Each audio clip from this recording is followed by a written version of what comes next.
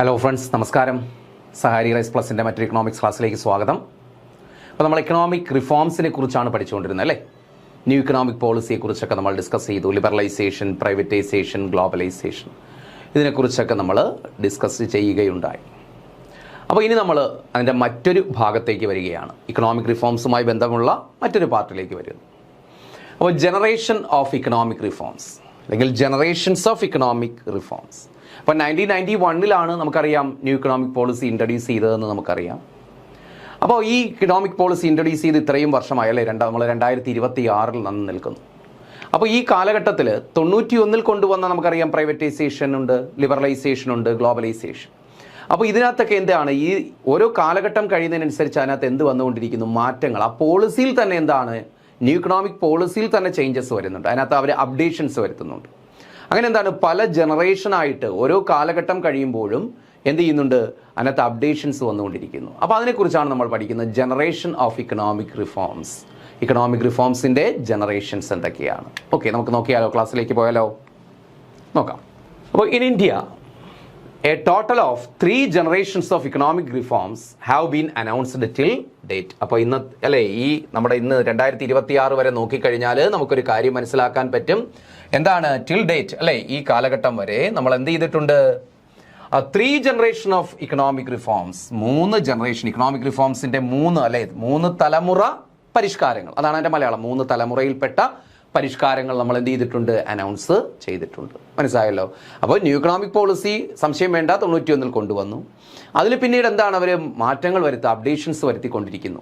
അപ്പോൾ അതുകൊണ്ടാണ് നമ്മൾ പറയുന്നത് ടിൽ ഡേറ്റ്, ഈ കാലഘട്ടം വരെ നമ്മൾ ഈ 2026 എത്തി നിൽക്കുന്നു. ആ കാലഘട്ടം 91 മുതൽ ഈ കാലഘട്ടം വരെ നമ്മൾ നോക്കിയാൽ ഒരു കാര്യം വ്യക്തമാകും. എന്ത് ചെയ്തു, we have announced 3 generations of economic reforms അല്ലേ. 3 തലമുറയിൽപ്പെട്ട പരിഷ്കാരങ്ങൾ ഈ കാലഘട്ടത്തിൽ ഈ കാലഘട്ടത്തിനിടയിൽ നമ്മൾ നടപ്പിലാക്കി. നോക്ക്, ആദ്യം നമ്മൾ നോക്കുന്നു first generation of economic reforms, 1ാം തലമുറ പരിഷ്കാരങ്ങൾ.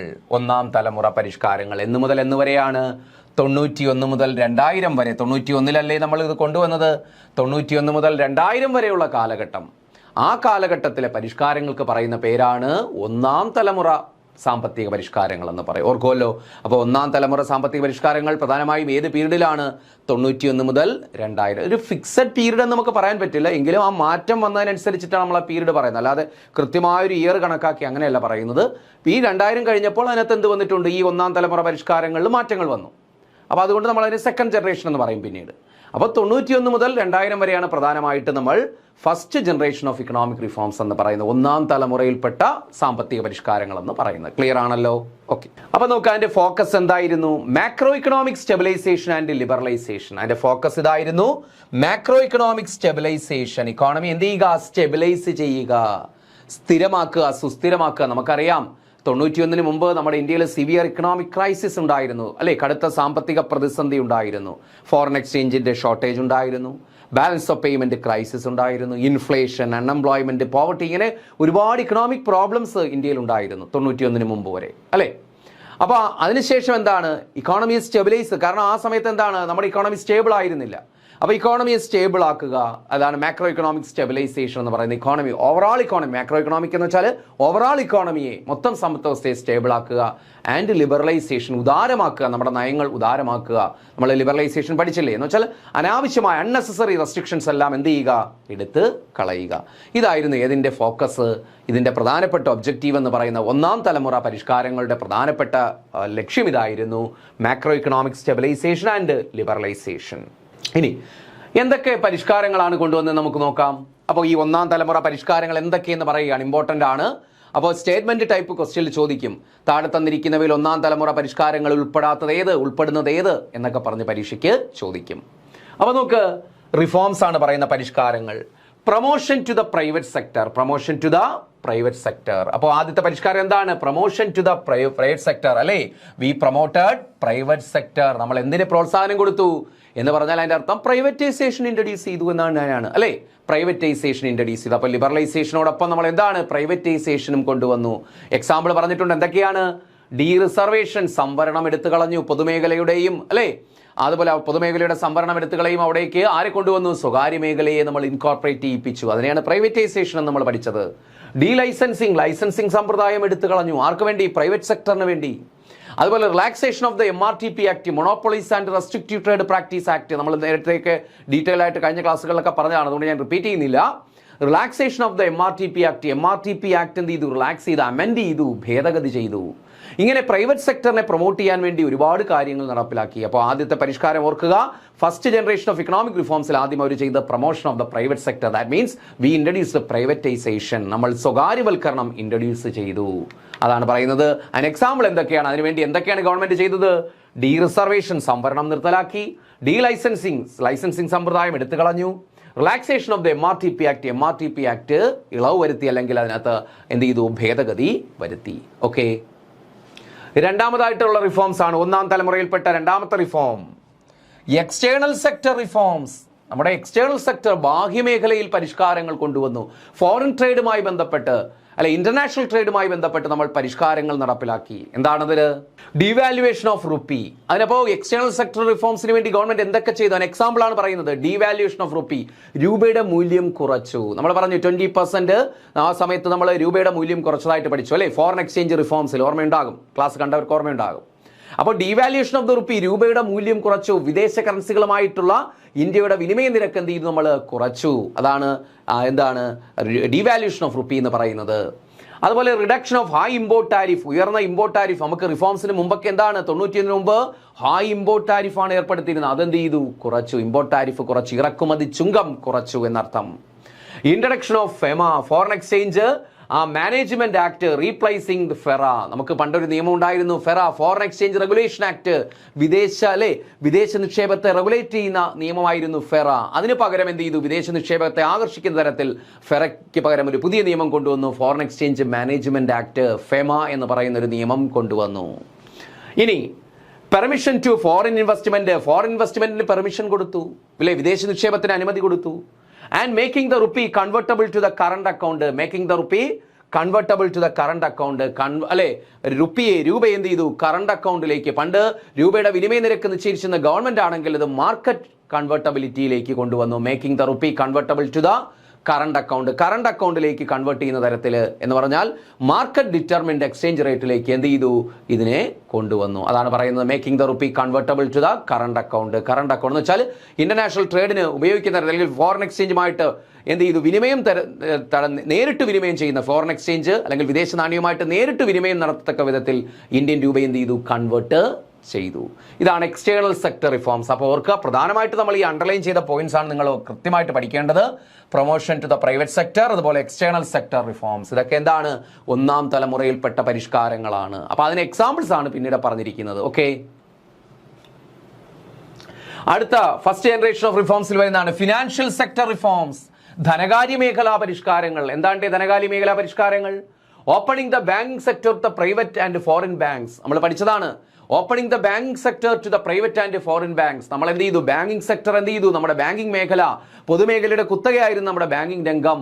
ആർക്ക് വിട്ടുകൊടുത്തു?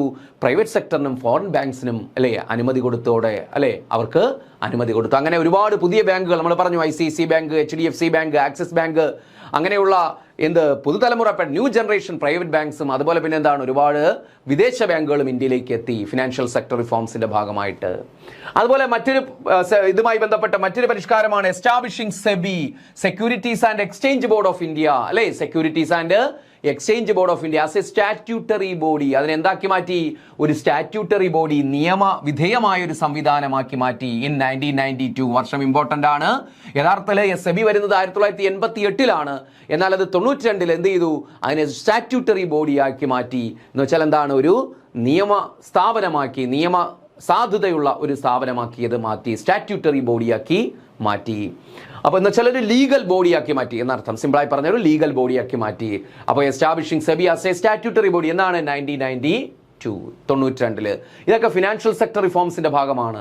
അതുപോലെ റിഫോംസ് ഇൻ ക്യാപിറ്റൽ മാർക്കറ്റ്, നമ്മുടെ ഓഹരി വിപണിയിൽ പരിഷ്കാരങ്ങൾ കൊണ്ടുവന്നു. ഓഹരി വിപണിയിൽ പരിഷ്കരിച്ചു. Insurance and mutual fund reforms പിന്നെ എവിടെ കൊണ്ടുവന്നു? ഇൻഷുറൻസ് സെക്ടറിലും മ്യൂച്വൽ ഫണ്ട് സെക്ടറിലും. കാര്യം മ്യൂച്വൽ ഫണ്ട്, പെൻഷൻ ഫണ്ട് പോലെയുള്ള വിദേശ നിക്ഷേപകർക്ക് ഇന്ത്യയിൽ ഇൻവെസ്റ്റ്മെന്റ് നടത്താനുള്ള അനുമതി കൊടുത്തു. ഇൻഷുറൻസ് സെക്ടർ, മ്യൂച്വൽ ഫണ്ട്, അതുപോലെ ഇൻഷുറൻസ് സെക്ടറൊക്കെ നമ്മൾ എന്ത് ചെയ്തു? പ്രൈവറ്റൈസ് ചെയ്തു, സ്വകാര്യവൽക്കരിച്ചു. അപ്പോൾ ഇതാണ് ഫിനാൻഷ്യൽ സെക്ടർ റിഫോംസിൽ വരുന്നത്. അപ്പോൾ ഫിനാൻഷ്യൽ സെക്ടർ റിഫോംസ് ഏതൊക്കെയാണ്? Opening the banking sector to the private and foreign banks, establishing SEBI as a statutory body in 1992, reforms in capital market, അതുപോലെ reforms in insurance and mutual funds. ഇങ്ങനെയുള്ള പരിഷ്കാരങ്ങൾ എന്ത് ചെയ്തു? 91 മുതൽ 2000 വരെയുള്ള കാലഘട്ടത്തിൽ നമ്മൾ പ്രധാനമായിട്ടും ഇൻട്രൊഡ്യൂസ് ചെയ്തിരുന്നു. അടുത്ത റിഫോംസ് ആണ് വരുന്നത്. അടുത്ത ഒന്നാം തലമുറയിൽപ്പെട്ട പരിഷ്കാരമാണ് പബ്ലിക് സെക്ടർ റിഫോംസ്, പൊതുമേഖലാ പരിഷ്കാരങ്ങൾ. എന്ത് ചെയ്തു? Initiating disinvestment in PSUs. പൊതുമേഖലാ പരിഷ്കാരങ്ങൾ എന്ന് പറയുമ്പോൾ എന്താണ്? പൊതുമേഖലാ സ്ഥാപനങ്ങൾ PSUസിൽ പരിഷ്കാരങ്ങൾ കൊണ്ടുവന്നു എന്ന് വെച്ചാൽ പ്രൈവറ്റൈസ് ചെയ്തല്ല ഇവിടെ ഉദ്ദേശിക്കുന്നത്. അതായത് ഇനിഷ്യേറ്റിംഗ് ഡിസ്ഇൻവെസ്റ്റ്മെന്റ് ഇൻ PSUs. പൊതുമേഖലാ സ്ഥാപനങ്ങൾ എന്ത്? ഡിസ്ഇൻവെസ്റ്റ്മെന്റ്, പൊതുമേഖലാ സ്ഥാപനങ്ങളുടെ ഓഹരികൾ വിറ്റഴിക്കാൻ തുടങ്ങി എന്ന് വെച്ചാൽ ഓണർഷിപ്പ് പബ്ലിക് സെക്ടറിന് തന്നെയാണ്. അത് പബ്ലിക് സെക്ടർ ഇനിഷ്യേറ്റീവായിട്ട് തന്നെ അത് നിലനിൽക്കും. പക്ഷേ അതിൻ്റെ ഷെയർസ് എന്ത് ചെയ്തു? പബ്ലിക് മാർക്കറ്റിൽ വിറ്റഴിക്കാൻ തുടങ്ങി. അതാണ് initiating the disinvestment in PSUs. പൊതുമേഖലാ സ്ഥാപനങ്ങളുടെ ഓഹരികൾ വിറ്റഴിച്ചു. ഇതാണ് പബ്ലിക് സെക്ടർ റിഫോംസ് എന്ന് പറയുന്നത്, പൊതുമേഖലാ പരിഷ്കാരങ്ങൾ എന്ന് പറയുന്നത്. അടുത്ത നോക്ക്, ടാക്സ് റിഫോംസ്. മറ്റൊരു ഒന്നാം തലമുറയിൽപ്പെട്ട പരിഷ്കാരമാണ് ടാക്സ് റിഫോംസ്, നികുതി പരിഷ്കാരങ്ങൾ എന്ന് പറയുന്നത്. എന്താണ്? Policy initiatives were taken to simplifying, modernising and checking evasion. നോക്ക്, പോളിസി ഇനിഷ്യേറ്റീവ്സ് വെയർ ടേക്കൺ. അപ്പൊ ടാക്സ് റിഫോംസ് ഒന്നാം തലമുറയിൽപ്പെട്ട പരിഷ്കാരമാണ് ടാക്സ് റിഫോംസ്. അപ്പൊ പോളിസി ഇനിഷ്യേറ്റീവ്സ് വെയർ ടേക്കൺ, നയ തീരുമാനങ്ങൾ എടുത്തു, പോളിസി ഇനിഷ്യേറ്റീവ്സ് എടുത്തു. എന്തിനാണ്? സിംപ്ലിഫൈയിങ്, ലളിതമാക്കുക. നമ്മൾ ആൾറെഡി പഠിച്ചതാണിത്. സിംപ്ലിഫൈയിങ്, മോഡേണൈസിങ്, ആധുനികവൽക്കരിക്കുന്നതിന്, ആൻഡ് ചെക്കിംഗ് ഇവാഷൻ. അപ്പോൾ നികുതിയുമായി ബന്ധപ്പെട്ട്, നികുതി അടവുകളുമായി ബന്ധപ്പെട്ട കാര്യങ്ങൾ അത് സിംപ്ലിഫൈ ചെയ്യാൻ, നികുതി ടാക്സ് പേയ്മെന്റ് സിസ്റ്റം സിംപ്ലിഫൈ ചെയ്യുക, അത് മോഡേണൈസ് ചെയ്യുക, ആധുനികവൽക്കരിക്കുക. അതുപോലെ ചെക്കിംഗ് ഇവാഷൻ എന്ന് വെച്ചാൽ നികുതി വെട്ടിപ്പ് തടയുക. ഇങ്ങനെയുള്ള നടപടികളൊക്കെ എന്ത് ചെയ്തു? ടാക്സ് റിഫോംസിന്റെ ഭാഗമായിട്ട് സ്വീകരിക്കപ്പെട്ടു. ഈ ടാക്സ് റിഫോംസും എന്തിൽ വരുന്നു? ഫസ്റ്റ് ജനറേഷൻ ഓഫ് ഇക്കണോമിക് റിഫോംസിൽ വരുന്നതാണ്. ഓക്കെ, അപ്പോൾ ഇത്രയുമാണ് first generations of economic reforms എന്ന് പറയുന്നത്. നമുക്ക് ഒന്നുകൂടി നോക്കാം എന്തൊക്കെയാണ് ഒന്നാം തലമുറയിൽപ്പെട്ട പരിഷ്കാരങ്ങൾ. ഒന്ന്, promotion to the private sector, സ്വകാര്യ മേഖലയ്ക്ക് പ്രോത്സാഹനം അല്ലെങ്കിൽ പ്രൊമോട്ട് ചെയ്തു. രണ്ട്, എക്സ്റ്റേണൽ സെക്ടർ റിഫോംസ്. അതിന് എക്സാമ്പിൾസ് ആണ് നമ്മൾ പറഞ്ഞിരിക്കുന്നത്. ഇതൊക്കെ നമ്മൾ ആൾറെഡി പറഞ്ഞതുമാണ്. പക്ഷേ ഈ ഒന്നാം തലമുറ പരിഷ്കാരങ്ങൾ എന്താണെന്ന് ചോദിച്ചാൽ ഇത് നമുക്ക് അറിഞ്ഞല്ലേ പറ്റൂ. പിന്നെ നമ്മൾ പറഞ്ഞ എന്താണ്? അടുത്ത point, financial sector reforms, public sector reforms, tax reforms. ഇതൊക്കെയാണ് എന്ത്? ഒന്നാം തലമുറയിൽപ്പെട്ട പരിഷ്കാരങ്ങൾ എന്ന് പറയുന്നത്. First generation of economic reforms എന്ന് പറയുന്നത് ഫ്രം 1991 to 2000. ക്ലിയർ ആണല്ലോ? ഓക്കെ ആണല്ലോ? അടുത്ത് നമ്മൾ പോകുന്നു second generation of economic reforms. Second generation reforms, രണ്ടാം തലമുറയിൽപ്പെട്ട പരിഷ്കാരങ്ങൾ എന്ന് പറയാണ്ടേ ഫ്രം 2000 to 2014, 2000 മുതൽ 2014 വരെ എന്ന് വെച്ചാൽ നരേന്ദ്രമോദി ഗവൺമെന്റ് അധികാരമേൽക്കുന്നത് വരെയുള്ള കാലഘട്ടത്തിലാണ് ഉദ്ദേശിക്കുന്നത്. രണ്ടാം തലമുറയിൽപ്പെട്ട പരിഷ്കാരങ്ങൾ 2000 മുതൽ 2014 വരെ എന്ത് ചെയ്തു? നമ്മൾ മറ്റ് പരിഷ്കാരങ്ങൾ കൂടി ഇൻട്രൊഡ്യൂസ്, ന്യൂ ഇക്കണോമിക് പോളിസിയിൽ നമ്മൾ എന്ത് ചെയ്തു? അഡിഷൻസ് വരുത്തുകയാണ്, കുറച്ചുകൂടി അധിക പരിഷ്കാരങ്ങൾ കൊണ്ടുവരുന്നു. ആ പീരീഡ് ഫ്രം 2000 to 2014, ആ പീരീഡിനെ പറയുന്ന പേരാണെന്ത്? Second generation of economic reforms. സാമ്പത്തിക പരിഷ്കാരങ്ങൾ അല്ലെങ്കിൽ രണ്ടാം തലമുറയിൽപ്പെട്ട സാമ്പത്തിക പരിഷ്കാരങ്ങൾ. ഓക്കെ, നമുക്ക് നോക്കാം അതിന്റെ ഫോക്കസ് എന്താണ്. അതിന്റെ focus structural and institutional changes. Structural and institutional changes. അപ്പോൾ ഒരു കാര്യം പറയട്ടെ, അപ്പോൾ ഈ പ്രൈവറ്റൈസേഷനും ലിബറലൈസേഷനും ഗ്ലോബലൈസേഷനൊക്കെ നമ്മൾ എന്താണ് ആദ്യമായിട്ട് ഇൻട്രൊഡ്യൂസ് ചെയ്യുന്നത്? First generation of economic reforms പീരിയഡിലാണ് കേട്ടല്ലോ. അതിനെ നമുക്ക് അത് എടുത്ത് അങ്ങനെ പറയുന്നില്ലെങ്കിലും ആ പറഞ്ഞ പോയിന്റ്സിൽ നിന്ന് നമ്മൾ വായിച്ചെടുക്കേണ്ടത് എന്താണ്? ഒന്നാം തലമുറയിൽപ്പെട്ട പരിഷ്കാരങ്ങളിൽ ആണ് ലിബറലൈസേഷൻ, പ്രൈവറ്റൈസേഷൻ, ഗ്ലോബലൈസേഷൻ നമ്മൾ ഇൻട്രൊഡ്യൂസ് ചെയ്തത്. ഓക്കെ ആണല്ലോ? അപ്പോൾ നോക്ക്, രണ്ടാം തലമുറയിൽപ്പെട്ട പരിഷ്കാരങ്ങൾ എന്താ? അതിന്റെ ഫോക്കസ് എന്താണ്? അതിന്റെ എയിം എന്താണ്? Structural and institutional changes. Structural and institutional. ഒന്നാം തലമുറയിൽപ്പെട്ടതിന്റെ ഫോക്കസ് എന്തായിരുന്നു? പ്രധാനമായിട്ടും മാക്രോ ഇക്കണോമിക് സ്റ്റെബിലൈസേഷൻ. ഓർമ്മയുണ്ടോ? മാക്രോ ഇക്കണോമിക് സ്റ്റെബിലൈസേഷൻ ആണ്. അപ്പോൾ അതുപോലെ എന്താണ്? ലിബറലൈസേഷൻ ആയിരുന്നു, പ്രൈവറ്റൈസേഷൻ ആയിരുന്നു അവിടുത്തെ പ്രധാനപ്പെട്ട ഒബ്ജക്റ്റീവ്. എന്നാൽ ഇവിടെ വരുമ്പോൾ എന്താണ്? സ്ട്രക്ചറൽ ആൻഡ് ഇൻസ്റ്റിറ്റ്യൂഷണൽ ചേഞ്ചസ്, ഘടനാപരമായ മാറ്റം. ഇൻസ്റ്റിറ്റ്യൂഷണൽ വ്യവസ്ഥിതി, അത് നിലവിലുള്ള വ്യവസ്ഥിതികളിൽ എന്താണ്? അടിമുടി മാറ്റം വരുത്തുക. Structural and institutional changes. നമുക്ക് അറിയാം, ന്യൂ ഇക്കണോമിക് പോളിസി രണ്ട് ഫേസ് ആയിട്ടാണ്, രണ്ട് പാർട്ടായിട്ടാണ് നമ്മൾ നടപ്പിലാക്കിയത്. നമ്മൾ നേരത്തെ മുൻ ക്ലാസ്സുകളിൽ പഠിച്ചിട്ടുള്ളതാണ്. ഏതൊക്കെ പാർട്ടാണ്ട് ഓർമ്മയുണ്ടോ? അതായത് stabilisation measures and structural adjustment programme നമ്മൾ പഠിച്ചു. അപ്പോൾ അതിൽ മാക്രോ ഇക്കണോമിക് സ്റ്റെബിലൈസേഷൻ എന്ന് പറയുന്നത് ഫസ്റ്റ് ജനറേഷൻ ഓഫ് ഇക്കണോമിക് റിഫോംസിലും, എന്നാൽ ഈ സ്ട്രക്ചറൽ ചേഞ്ചസ് കൊണ്ടുവന്നത് പ്രധാനമായിട്ട് എപ്പോഴാണ്? സെക്കൻഡ് ജനറേഷൻ ഓഫ് റിഫോംസിലാണ്. കാരണം സ്ട്രക്ചേഴ്സിൽ മാറ്റം വരുത്തണമെങ്കിൽ നമുക്ക് പെട്ടെന്ന് മാറ്റം വരുത്താൻ പറ്റില്ല, അതിന് കാലതാമസം എടുക്കും. വളരെ പഠിച്ച് റിസർച്ച് നടത്തിക്കൊണ്ട് മാത്രമേ ഇത് ചെയ്യാൻ പറ്റൂ. അതുകൊണ്ടാണ് ഇത് രണ്ടാം തലമുറ പരിഷ്കാരങ്ങൾ എന്നറിയപ്പെടുന്നത്. അപ്പോൾ സ്ട്രക്ചറൽ ആൻഡ് ഇൻസ്റ്റിറ്റ്യൂഷണൽ ചേഞ്ചസ്, ഘടനാപരമായിട്ടുള്ള വ്യവസ്ഥാപിതമായിട്ടുള്ള മാറ്റങ്ങൾ, അതാണ് ഉദ്ദേശിക്കുന്നത്. ഇനി എന്തൊക്കെ പരിഷ്കാരങ്ങളാണ്? രണ്ടാം തലമുറ പരിഷ്കാരങ്ങൾക്ക് ഉദാഹരണം പറയുകയാണ്, നോക്കാം നമുക്ക്. ഒന്ന്, ഫാക്ടർ മാർക്കറ്റ് റിഫോംസ്. ഇമ്പോർട്ടന്റ് ആണ്, സ്റ്റേറ്റ്മെന്റ് ക്വസ്റ്റ്യൻസിലൊക്കെ ചോദിക്കും, എല്ലാം കൂടെ മിക്സ് ചെയ്ത് എന്നിട്ട് ചോദിക്കും. ഇതിനകത്ത് സെക്കൻഡ് ജനറേഷൻ ഏത്, ഫസ്റ്റ് ജനറേഷൻ ഏത്, തേർഡ് ജനറേഷൻ ഏത് എന്നൊക്കെ പറഞ്ഞ് എക്സാമിന് ചോദിക്കും. അപ്പോൾ ഫാക്ടർ മാർക്കറ്റ് റിഫോംസ്, നമ്മുടെ ഫാക്ടർ മാർക്കറ്റ് എന്ത്, പിന്നെ ഉൽപാദക ഘടകങ്ങൾ, ഫാക്ടേഴ്സ് എന്ന് വെച്ചാൽ എന്താണ്? ഘടക കമ്പോള പരിഷ്കാരങ്ങൾ. മലയാളം അതാണ്, ഘടക കമ്പോള, ഉൽപാദക ഘടക കമ്പോള പരിഷ്കാരങ്ങൾ. അതാണ് ഫാക്ടർ മാർക്കറ്റ് റിഫോംസ് എന്ന് പറയുന്നു. ഉൽപാദന ഘടകങ്ങൾ, അതാണ് factors.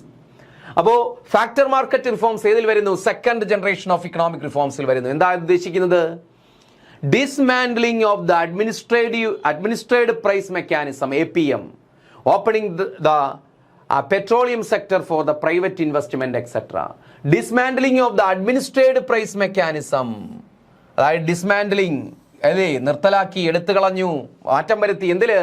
Administrated price mechanism, APM എന്ന് വെച്ചാൽ ഗവൺമെന്റ് നിശ്ചയിക്കുന്ന പ്രൈസ് സിസ്റ്റത്തിന് മാറ്റം വരുത്തി. അപ്പോൾ ആ 91 വരെ എന്താണ്, അല്ലെങ്കിൽ നമ്മൾ ഒന്നാം തലമുറയിൽപ്പെട്ട പരിഷ്കാരങ്ങൾ നമ്മൾ കാണാൻ കഴിയുന്നത് നമ്മുടെ പ്രൈസ് സിസ്റ്റം എന്ന് പറയുന്ന പ്രധാനമായിട്ടും എന്താണ്?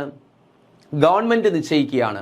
വില നിശ്ചയിക്കാൻ ഗവൺമെന്റ് ആണ്. എന്നാൽ ആ വില നിശ്ചയിക്കൽ ആർക്ക്? മാർക്കറ്റ് ഫോഴ്സസിന് വിട്ടുകൊടുത്താണ്. ഫാക്ടർ മാർക്കറ്റ് റിഫോംസിൽ വരുന്ന പ്രധാനമായിട്ടും dismantling of the administered price mechanism, അതായത് ഗവൺമെന്റ് വില നിർണ്ണയിക്കുന്ന അല്ലെങ്കിൽ വിലയെ നിയന്ത്രിക്കുന്ന സിസ്റ്റം എടുത്തു കളഞ്ഞു, ഡിസ്മാൻഡ്ലിംഗ്, അത് ഒഴിവാക്കി മാർക്കറ്റ് ഡിറ്റർമിൻഡ് പ്രൈസ് സിസ്റ്റത്തിലേക്ക് നമ്മൾ മാറുകയാണ്.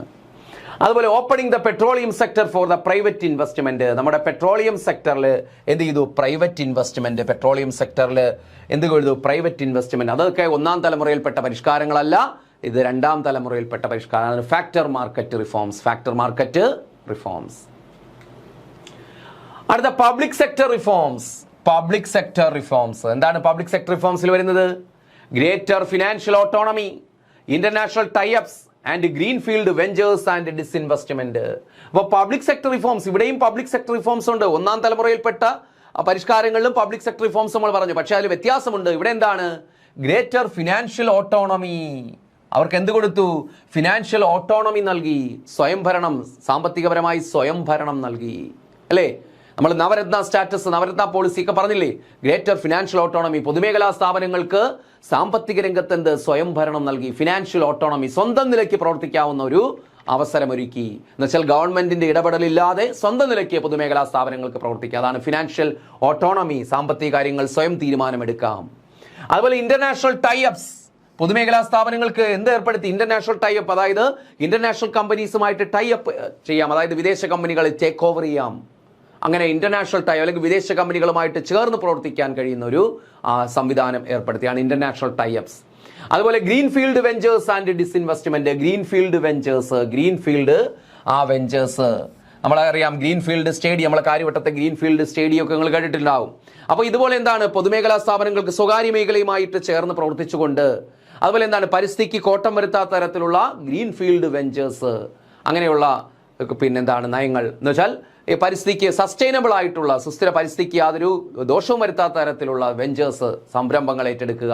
അതുപോലെ ഡിസ്ഇൻവെസ്റ്റ്മെന്റ്, അവിടെയും ഡിസ്ഇൻവെസ്റ്റ്മെന്റ് വരുന്നുണ്ട്. ഇതൊക്കെ നടപ്പിലാക്കി. ഇതാണ് public sector reforms, public sector reforms. അടുത്ത റിഫോംസ് ഇൻ ഗവൺമെന്റ്. ഗവൺമെന്റിൽ പരിഷ്കാരങ്ങൾ ഏർപ്പെടുത്തി. എന്തൊക്കെയാണ്? Converting the role of the government from controller to the facilitator, that means അതിനെ അഡ്മിനിസ്ട്രേറ്റീവ് റിഫോംസ് എന്നും പറയും. അപ്പോൾ രണ്ടാം തലമുറയിൽപ്പെട്ട പരിഷ്കാരങ്ങളിൽ പ്രധാനമായിട്ടൊരു പോയിന്റാണ് റിഫോംസ് ഇൻ ഗവൺമെന്റ്. ഗവൺമെന്റിൽ തന്നെ എന്ത് ചെയ്തു? പരിഷ്കാരങ്ങൾ നടപ്പിലാക്കി. അപ്പോൾ ഇതിനെല്ലാം നിയന്ത്രിക്കുന്ന ഗവൺമെന്റ്, ആ ഗവൺമെന്റിൽ തന്നെ പരിഷ്കാരങ്ങൾ കൊണ്ടുവന്നു. എന്താണ്? Converting the role of the government from the controller to the facilitator, അതായത് നിയന്ത്രകൻ എന്ന നിലയിൽ നിന്നും ഗവൺമെന്റിനെ എന്തിലേക്ക് മാറ്റി? ഫെസിലിറ്റേറ്റർ, സൗകര്യമൊരുക്കുന്ന, അല്ലാതെ എല്ലാത്തിനും സൗകര്യമൊരുക്കുന്ന ഒരു സ്ഥാപനമായിട്ട് ആരെ മാറ്റി? ഗവൺമെന്റിനെ മാറ്റി, ഒരു ഇൻസ്റ്റിറ്റ്യൂഷനായിട്ട് ഗവൺമെന്റിനെ മാറ്റി. അതായത് അതുവരെ എന്താണ്? എല്ലാത്തിനെയും നിയന്ത്രിക്കുന്ന ഒരു മേഖലയായിരുന്നു അല്ലെങ്കിൽ ഒരു ഇൻസ്റ്റിറ്റ്യൂഷൻ ആയിരുന്നു ഗവൺമെൻറ് എങ്കിൽ രണ്ടാം തലമുറയിൽപ്പെട്ട പരിഷ്കാരങ്ങളിലൂടെ ഗവൺമെൻറ്റിൻ്റെ സ്ഥാനം അല്ലെങ്കിൽ ഗവൺമെൻറ്റിൻ്റെ പ്രവർത്തനം എന്ന് പറയുന്ന കൺട്രോളറിൽ നിന്നും ഫെസിലിറ്റേറ്റർ, എല്ലാത്തിനും സൗകര്യമൊരുക്കുന്നൊരു സ്ഥാപനമാക്കി മാറ്റി. ഇതിന് നമ്മൾ പറയും അഡ്മിനിസ്ട്രേറ്റീവ് റിഫോംസ് എന്ന് പറയും. അഡ്മിനിസ്ട്രേറ്റീവ് റിഫോംസ്, ഭരണപരിഷ്കാരങ്ങൾ എന്ന് പറയും. ഇതും രണ്ടാം തലമുറയിൽപ്പെട്ട പരിഷ്കാരങ്ങൾ വരുന്നതാണ്. അടുത്ത legal sector reforms. Legal sector reforms നമ്മുടെ നിയമമേഖലയിൽ പരിഷ്കാരങ്ങൾ കൊണ്ടുവന്നു. എന്തായത്?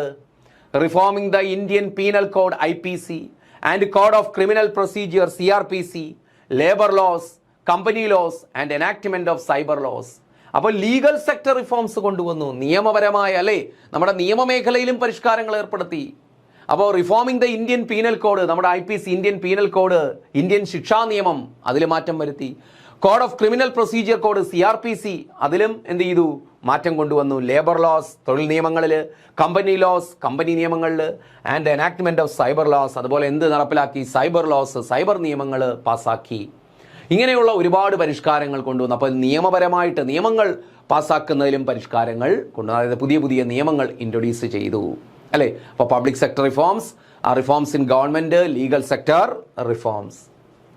അതുപോലെ ഫിനാൻഷ്യൽ കൺസോളിഡേഷൻ, ധനപരമായ ഏകീകരണം, ഫിനാൻഷ്യൽ കൺസോളിഡേഷൻ, ധനപരമായ ഏകീകരണം. അതായത് FRBM ആക്ട് അല്ലെ, FRBM act 2003 was passed to control fiscal deficit.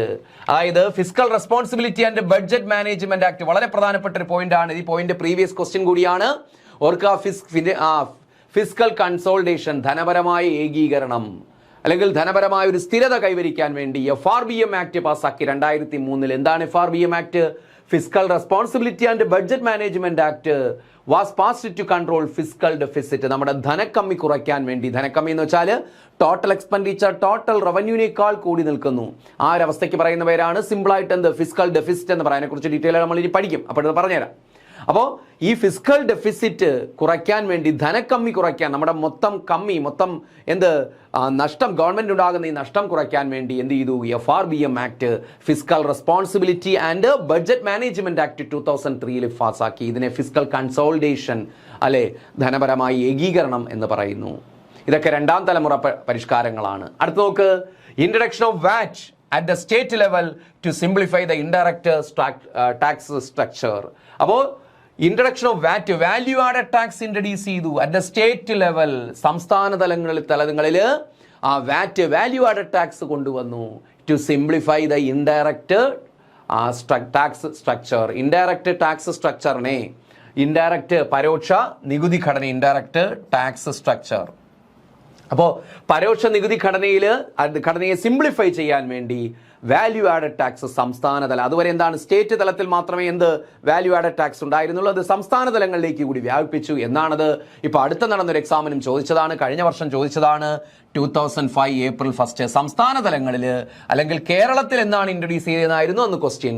അപ്പോൾ സംസ്ഥാന തലത്തിൽ ഇൻട്രൊഡ്യൂസ് ചെയ്യാന്ന് വെച്ചാൽ കേരളത്തിലും ഇൻട്രൊഡ്യൂസ് ചെയ്തത് ആ വർഷം തന്നെ 2005 April 1 വാറ്റ് എന്തിനു വേണ്ടിയാണ്? To simplify indirect tax structure, പരോക്ഷ നികുതി ഘടനയിൽ മാറ്റം വരുത്താൻ, അതിനെ ലളിതമാക്കാൻ വേണ്ടി വാറ്റ് സിസ്റ്റം കൊണ്ടുവന്നു. ഇതും സെക്കൻഡ് ജനറേഷൻ ഓഫ് റിഫോംസിൽ വരുന്നതാണ്. അടുത്ത നോക്ക്, റിഫോംസ് ഇൻ ക്രിട്ടിക്കൽ ഏരിയാസ്, നിർണായകമായ മേഖലയിൽ, വളരെ തന്ത്രപ്രധാനമായ മേഖലയിലും പരിഷ്കാരങ്ങൾ നടപ്പിലാക്കി. റിഫോംസിന്റെ ക്രിട്ടിക്കൽ ഏരിയാസ് എന്താണ്?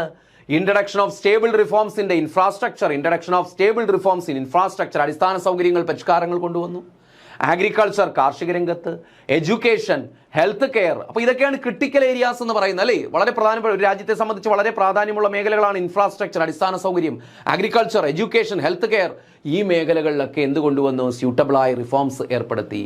These areas have been called by the government as critical areas. ഈ മേഖലകളെ ഗവൺമെന്റ് വിളിക്കുന്ന പേരാണ് ക്രിട്ടിക്കൽ ഏരിയാസ്. അങ്ങനെ ആ ക്രിട്ടിക്കൽ ഏരിയാസിലും റിഫോംസ് ഏർപ്പെടുത്തി, പരിഷ്കാരങ്ങൾ ഏർപ്പെടുത്തി. ഓക്കെ, ഇതാണ് രണ്ടാം തലമുറ പരിഷ്കാരങ്ങൾ എന്ന് പറയുന്നത്. നമുക്കൊന്നുകൂടി പോവാം. എന്തൊക്കെയാണ് രണ്ടാം തലമുറ പരിഷ്കാരങ്ങൾ? അതിന്റെ ഫോക്കസ് എന്താണ്? Structural and institutional changes. എന്തൊക്കെ പരിഷ്കാരങ്ങളാണെന്ന്? ഫാക്ടർ മാർക്കറ്റ് റിഫോംസ് അല്ലേ, 2 public sector reforms, 3 reforms in government. Reforms in government നമുക്ക് അഡ്മിനിസ്ട്രേറ്റീവ് റിഫോംസ് എന്ന് പറയാം. ലീഗൽ സെക്ടർ റിഫോംസ്, നമ്മുടെ നിയമരംഗത്ത് പരിഷ്കാരങ്ങൾ കൊണ്ടുവന്നു. അതുപോലെ പിന്നെ എന്താണ്? ഫിസ്ക്കൽ കൺസോളിഡേഷൻ, അതിനായിട്ട് FRBM ആക്ട് പാസ്സാക്കി. വർഷം മറക്കരുത്, 2003. അതുപോലെ ഇൻട്രൊഡക്ഷൻ ഓഫ് വാറ്റ് അല്ലേ, ഇൻഡയറക്ട് ടാക്സ് സ്ട്രക്ചർ സിംപ്ലിഫൈ ചെയ്യാനായിട്ട് വാറ്റ് കൊണ്ടുവന്നു. 2005 ഏപ്രിൽ 1 സംസ്ഥാന തലങ്ങൾ നടപ്പിലാക്കുന്നത്. റിഫോംസിൻ്റെ ക്രിട്ടിക്കൽ ഏരിയാസ്, അതായത് നമ്മുടെ രാജ്യത്തെ സംബന്ധിച്ച് വളരെ പ്രാധാന്യമർഹിക്കുന്ന മേഖലകളാണ് എഡ്യൂക്കേഷൻ, ഹെൽത്ത്, അഗ്രികൾച്ചർ സെക്ടർ. ഇവിടെയൊക്കെ പിന്നെ ഇതൊക്കെ ക്രിട്ടിക്കൽ ഏരിയാസ് എന്ന് പറയുന്നു. ആ ഏരിയാസിൽ പരിഷ്കാരങ്ങൾ, സ്യൂട്ടബിൾ ചേഞ്ചസ് കൊണ്ടുവന്നു. ഇതാണ് രണ്ടാം തലമുറ പരിഷ്കാരങ്ങളെന്ന് പറയുന്നത്. അപ്പോൾ first generation of reforms, second generation of reforms, അത് ക്ലാസിഫൈ ചെയ്ത് തന്നെ പഠിച്ചു വച്ചിരിക്കണം. അത് സ്റ്റേറ്റ്മെൻറ്റ് ടൈപ്പ് ക്വസ്റ്റൻ ആയിരിക്കും മിക്കവാറും, 99% ചോദിക്കുക. അടുത്ത നോക്ക്, third generation of economic reforms അല്ലെങ്കിൽ third generation of reforms 2014 onwards അല്ലെ, 2014 മുതൽ നടപ്പിലാക്കുന്ന പരിഷ്കാരങ്ങൾക്ക് പറയുന്ന പേരാണെന്ന് വെച്ചാൽ ഇന്ന് നമ്മൾ പൊക്കോണ്ടിരിക്കുന്ന പരിഷ്കാരങ്ങളാണ് third generation of reforms. Fourth generation of reforms എന്നും ഉണ്ട്. അത് ഇക്കോണമിസ്റ്റുകൾക്കിടയിൽ ചർച്ച ചെയ്യപ്പെടുന്നതേ ഉള്ളൂ, പക്ഷേ ഒഫീഷ്യലായിട്ട് അംഗീകരിച്ചിട്ടില്ല. അതുകൊണ്ട് നമുക്ക് പറയാൻ പറ്റില്ല. ഓക്കെ, അപ്പോൾ അതുകൊണ്ട് നമുക്ക് തേർഡ് ജനറേഷൻ വെച്ച് നിർത്താം. യഥാർത്ഥത്തിൽ ഫോർത്ത് ജനറേഷൻ എന്ത് ചെയ്യുന്നുണ്ട്, 2020 ശേഷം ഫോർത്ത് ജനറേഷൻ, അല്ലെങ്കിൽ പ്രത്യേകിച്ച് ഈ കോവിഡിന് ശേഷം ഫോർത്ത് ജനറേഷൻ എന്ന് പറയപ്പെടുന്നുണ്ട്. പക്ഷേ അത് ഒഫീഷ്യലി അംഗീകരിക്കാത്തതുകൊണ്ട് നമ്മളത് പറയുന്നില്ല. അപ്പോൾ third generation of economic reforms എന്നോട്ടാണ് 2014 ഓൺവേർഡ്സ്, 2014 മുതലുള്ളതാണ്. അതായത് ഓൺ ഗോയിങ്, ഇപ്പോൾ നടന്നുകൊണ്ടിരിക്കുന്ന പരിഷ്കാരങ്ങൾ നമുക്ക് ഏതിൽ ഉൾപ്പെടുത്താം? തേർഡ് ജനറേഷൻ ഓഫ് റിഫോംസിൽ ഉൾപ്പെടുത്താം. നോക്ക്, while the first generation opened the economy and the second generation built the legal and institutional framework and the third generation aims to ensure that fruits of globalisation reach the common citizen. വളരെ വളരെ പ്രധാനപ്പെട്ട ഒരു പാരഗ്രാഫാണ്, ശ്രദ്ധിച്ചേ. While, അതേസമയം, the first generation open the economy, ഒന്നാമത്തെ ജനറേഷനിൽ നമ്മൾ എന്ത് ചെയ്തു? ആദ്യമായിട്ട് ന്യൂ ഇക്കണോമിക് പോളിസി നടപ്പിലാക്കി അല്ലേ. പ്രൈവറ്റൈസേഷൻ, ലിബറലൈസേഷൻ, ഗ്ലോബലൈസേഷൻ, നമ്മുടെ ഇക്കോണമി ഓപ്പൺ ചെയ്തു അല്ലേ. ക്ലോസ്ഡ് ഇക്കോണമി ആയിരുന്നു നമ്മുടെ ഇക്കോണമി. നമ്മൾ എന്ത് ചെയ്തു? അത് വിശാലമായ അർത്ഥത്തിൽ നമ്മൾ എന്ത് ചെയ്തു? ഓപ്പൺ ചെയ്തു, ഓപ്പൺ ഇക്കോണമി ആക്കി മാറ്റി. ഓപ്പൺ ദ ഇക്കോണമി അല്ലേ, ഓപ്പൺ ചെയ്തു ഫസ്റ്റ് ജനറേഷനിൽ. ആൻഡ് സെക്കൻഡ് ജനറേഷൻ, രണ്ടാം തലമുറ പരിഷ്കാരങ്ങളിൽ built the legal and institutional framework. അതായത് എന്തുകൊണ്ടാണ് നമ്മളവിടെ ഓർക്കേണ്ട ഒരു കാര്യം, ഈ ഒന്നാം തലമുറയിൽപ്പെട്ട പരിഷ്കാരങ്ങൾ കൃത്യമായ സമയത്ത് നമുക്ക് നടപ്പിലാക്കുകയും അതിൻ്റെ നേട്ടങ്ങൾ കിട്ടുകയും ചെയ്യണമെങ്കിൽ അതിനെന്ത് വേണം? ലീഗൽ സപ്പോർട്ട് ഉണ്ടാകണം, ഒരു ലീഗൽ ഫ്രെയിംവർക്ക് ഉണ്ടാകണം. കാരണം അതുവരെയുള്ള നിയമങ്ങളിൽ നമുക്ക് മാറ്റങ്ങൾ വരുത്തിയേ പറ്റൂ. കാര്യം അതുവരെയുള്ള നയങ്ങൾ, കാര്യം 1950 അല്ലെങ്കിൽ 1947 മുതലുള്ള നയങ്ങൾ. അപ്പോൾ നോക്കിയേ, അപ്പോൾ ഒന്നാം തലമുറയിൽപ്പെട്ട പരിഷ്കാരങ്ങൾ നമ്മൾ ഇക്കോണമിയിൽ ആദ്യമായിട്ട് ഇക്കണോമിക് റിഫോംസ് ഇൻട്രൊഡ്യൂസ് ചെയ്യുന്നു അല്ലേ. അതുവരെ നമ്മൾ കാണാത്ത പരിഷ്കാരങ്ങൾ കൊണ്ടുവരുന്നു. അപ്പോൾ നമ്മൾ ഓർക്കേണ്ടത്, ഇത് കൃത്യമായിട്ട് നമുക്കിത് ഫോളോ അപ്പ് ചെയ്യണം, നടപ്പിലാക്കണമെങ്കിൽ എന്താണ് വേണ്ടത്? അതുവരെയുള്ള നിയമങ്ങളിൽ പരിഷ്കാരങ്ങൾ കൊണ്ടുവന്നേ പറ്റൂ. എല്ലാത്തരം നിയമങ്ങളിലും മാറ്റം വരുത്തിയേ പറ്റൂ. കാരണം എല്ലാ മേഖലകളിലും പരിഷ്കാരങ്ങൾ കൊണ്ടുവന്നേ പറ്റൂ. നമ്മൾ അടിമുടി മാറ്റമാണ് ഉദ്ദേശിക്കുന്നത്. അപ്പോൾ അതിനുവേണ്ടി നമ്മൾ എന്ത് ചെയ്തു? രണ്ടാം തലമുറയിൽപ്പെട്ട പരിഷ്കാരങ്ങൾ നമ്മൾ ശ്രദ്ധിച്ചെന്താണ്? Built the legal and institutional framework. എന്ത് ബിൽറ്റ് ചെയ്യുക? അതായത് ഒന്നാം തലമുറയിൽപ്പെട്ട പരിഷ്കാരങ്ങൾ കൃത്യമായി നടപ്പിലാക്കാൻ വേണ്ടി നമ്മൾ എന്ത് ബിൽറ്റ് ചെയ്തു?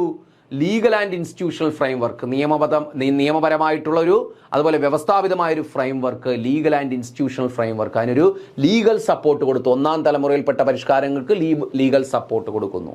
അതാണ് നമ്മൾ നേരത്തെ പറഞ്ഞത്, നമ്മുടെ ഒരുപാട് നിയമങ്ങളിൽ പരിഷ്കാരങ്ങൾ കൊണ്ടുവന്നു എന്ന് പറഞ്ഞ, പ്രത്യേകിച്ച് FRBM ആക്ട് പാസ്സാക്കുന്നു അല്ലേ. അതുപോലെ പിന്നെ എന്താണ്, നമ്മുടെ CRPC, IPC ആ നിയമങ്ങളിൽ മാറ്റം വരുത്തുന്നു. അതുപോലെ ലേബർ ലോസിൽ മാറ്റം വരുത്തുന്നു അല്ലേ. അതുപോലെ സൈബർ ലോസ് കൊണ്ടുവരുന്നു. ഇതൊക്കെ എന്താണ്? ഈ ഒന്നാം തലമുറയിൽപ്പെട്ട പരിഷ്കാരങ്ങൾക്കൊരു ലീഗൽ ആൻഡ് ഇൻസ്റ്റിറ്റ്യൂഷണൽ സപ്പോർട്ട് കൊടുക്കുകയാണ് രണ്ടാം തലമുറയിൽപ്പെട്ട പരിഷ്കാരങ്ങൾ ചെയ്തത്. ഇനി എന്താണ് തേർഡ് ജനറേഷനിൽ പറയുന്നത്? The third generation aims to ensure that fruits of the globalisation reach the common citizen.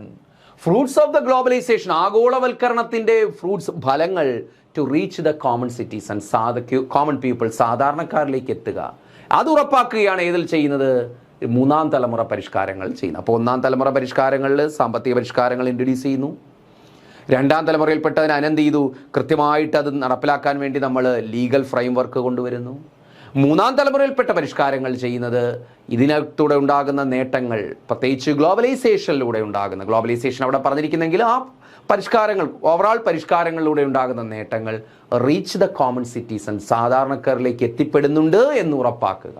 അല്ലാതെ നമ്മുടെ ഇൻകം ഇതിൻ്റെ നേട്ടങ്ങൾ, ഇക്കണോമിക് റിഫോംസിൻ്റെ നേട്ടങ്ങൾ ഏതെങ്കിലും ഒരു മൈനോറിറ്റി സെക്ഷനിൽ മാത്രം കോൺസെൻട്രേറ്റ് ചെയ്യാതെ ഓൾ ഓവർ കോമൺ പീപ്പിൾ, എല്ലാ സാധാരണക്കാരിലേക്കും എത്തിപ്പെടുന്നുണ്ടെന്ന് എന്ത് ചെയ്യണം? വി ഷുഡ് എൻഷുർ, നമ്മൾ ഉറപ്പാക്കണം. ഇതാണ് ഏതിൽ പറയുന്നത്? തേർഡ് ജനറേഷൻ ഓഫ് ഇക്കണോമിക് റിഫോംസിൽ പറയുന്നത്. ഓക്കെ, ഇതിൻ്റെ ഫോക്കസ് എന്താണ്? ഇൻക്ലൂസീവ് ഗ്രോത്ത്, അല്ലെ, സമഗ്രമായ വളർച്ചയാണ്. Leveraging the technology, improving public service delivery and deeper integration.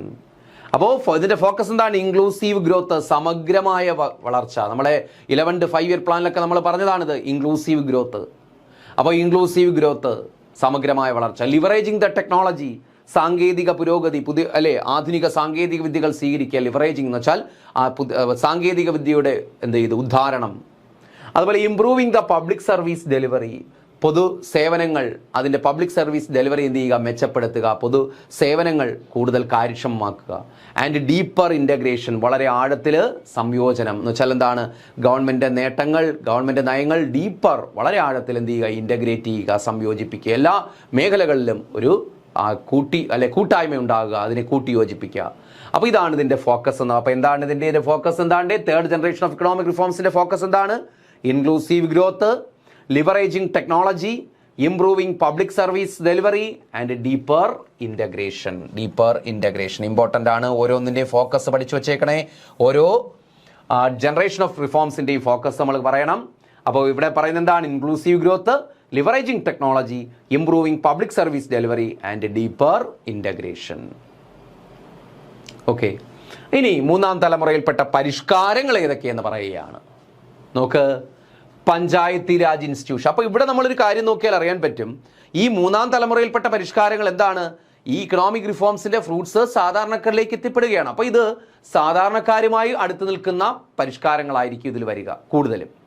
അതാണ് പറഞ്ഞത് Panchayati Raj institution, PRIs, Panchayati Raj institutions ആദ്യത്തെ പരിഷ്കാരമാണ്. എന്താ ഉദ്ദേശിക്കുന്നത്? This face focuses on making local bodies fully functional. ഈ ഫേസിലൂടെ എന്ത് ചെയ്തു? ദിസ് ഫേസ് ഫോക്കസസ്, ഈ ഘട്ടം എന്ത് ചെയ്തു? ഫോക്കസ് ചെയ്യുന്നു. ലോക്കൽ ബോഡീസ് ഫുള്ളി ഫങ്ഷണൽ എന്ന് വെച്ചാൽ local bodies, Panchayati Raj institutions എന്ന് വെച്ചാൽ നമുക്കറിയാമല്ലോ, ഗ്രാമപഞ്ചായത്ത്, അതുപോലെ പിന്നെ എന്താണ് ബ്ലോക്ക് പഞ്ചായത്ത്, പിന്നെ ജില്ലാ പഞ്ചായത്ത്, അതുപോലെ മുനിസിപ്പാലിറ്റീസ്, കോർപ്പറേഷൻസ്, ഇതൊക്കെയാണ് പഞ്ചായത്ത് രാജ് ഇൻസ്റ്റിറ്റ്യൂഷൻസ്. ഈ പഞ്ചായത്ത് രാജ് ഇൻസ്റ്റിറ്റ്യൂഷൻസ് എന്ത് ചെയ്യുക? ഈ ഫേസിൽ ഈ 3ാം ഘട്ടത്തിൽ ഫോക്കസ് ചെയ്യുന്നത് making local bodies fully function. ഈ ലോക്കൽ ബോഡീസ് പരിപൂർണമായും പ്രവർത്തനക്ഷമമാക്കുക, ജനങ്ങളിലേക്ക് ഇവരുടെ സേവനങ്ങൾ ജനങ്ങളിലേക്ക് എത്തിപ്പെടുന്നുണ്ട് എന്ന് ഉറപ്പാക്കുക. So that benefits of reforms can reach the grass root level. അപ്പോൾ നമുക്കറിയാം ഇക്കണോമിക് റിഫോംസിന്റെ ഫലങ്ങൾ ജനങ്ങളിൽ എത്തിക്കണം. അപ്പോൾ ജനങ്ങളിൽ എത്തിക്കണമെങ്കിൽ നേരിട്ട് സെൻട്രൽ ഗവൺമെന്റിനോ അല്ലെങ്കിൽ നേരിട്ട് സ്ഥാപനങ്ങൾക്കോ കൊടുക്കാൻ പറ്റില്ല. ജനങ്ങളിലേക്ക് ഏറ്റവും ജനങ്ങളുമായിട്ട് അടുത്ത് നിൽക്കുന്ന ഗവേണിംഗ് ഇൻസ്റ്റിറ്റ്യൂഷൻസ് ആണ് എന്ന് പറയുന്ന പഞ്ചായത്തി രാജ് ഇൻസ്റ്റിറ്റ്യൂഷൻസ് എന്ന് പറയുന്നത്, അല്ലേ? അപ്പോൾ ആ പഞ്ചായത്തി രാജ് ഇൻസ്റ്റിറ്റ്യൂഷൻസിന്റെ ഫങ്ഷൻസ് എഫിഷ്യൻ്റ് ആയാൽ മാത്രമേ എന്ത് ചെയ്യാൻ പറ്റൂ? ഇക്കണോമിക് റിഫോംസിന്റെ ഫ്രൂട്ട്സ് ആരിലേക്ക് എത്തുകയുള്ളൂ? സാധാരണക്കാരിലേക്ക്, താഴെത്തട്ടിലേക്ക് എത്തുകയുള്ളൂ. അതാണ് ഇവിടെ ഉദ്ദേശിക്കുന്നത്. Panchayati Raj institutions, reforms in panchayati Raj institutions, അല്ലെങ്കിൽ ടു എൻഷുർ ദ ഇഫക്റ്റീവ്, അല്ലെങ്കിൽ to ensure the effective utilization of resources, to ensure the effective utilization of resource, അല്ലെങ്കിൽ ഇക്കണോമിക് റിഫോംസിൻ്റെ ഫ്രൂട്ട്സ് സാധാരണക്കാരിലേക്ക് എത്തിപ്പെടുക. അത് ഏത് വഴി ആയിരിക്കണം? ലോക്കൽ ബോഡീസ് വഴി. അങ്ങനെ ആ ലോക്കൽ ബോഡീസിൻ്റെ പ്രവർത്തനങ്ങൾ കാര്യക്ഷമമാക്കുക. അതാണ് ഈ റിഫോംസ് കൊണ്ട് ഉദ്ദേശിക്കുന്നത്. ഓക്കെ, അപ്പോൾ അതുകൊണ്ട് എന്താണ്? So that the benefits of reforms can reach the grass root level. Grass root level എന്ന് വെച്ചാൽ അറിയാലോ, താഴെ തട്ടിലേക്ക് എത്തുക.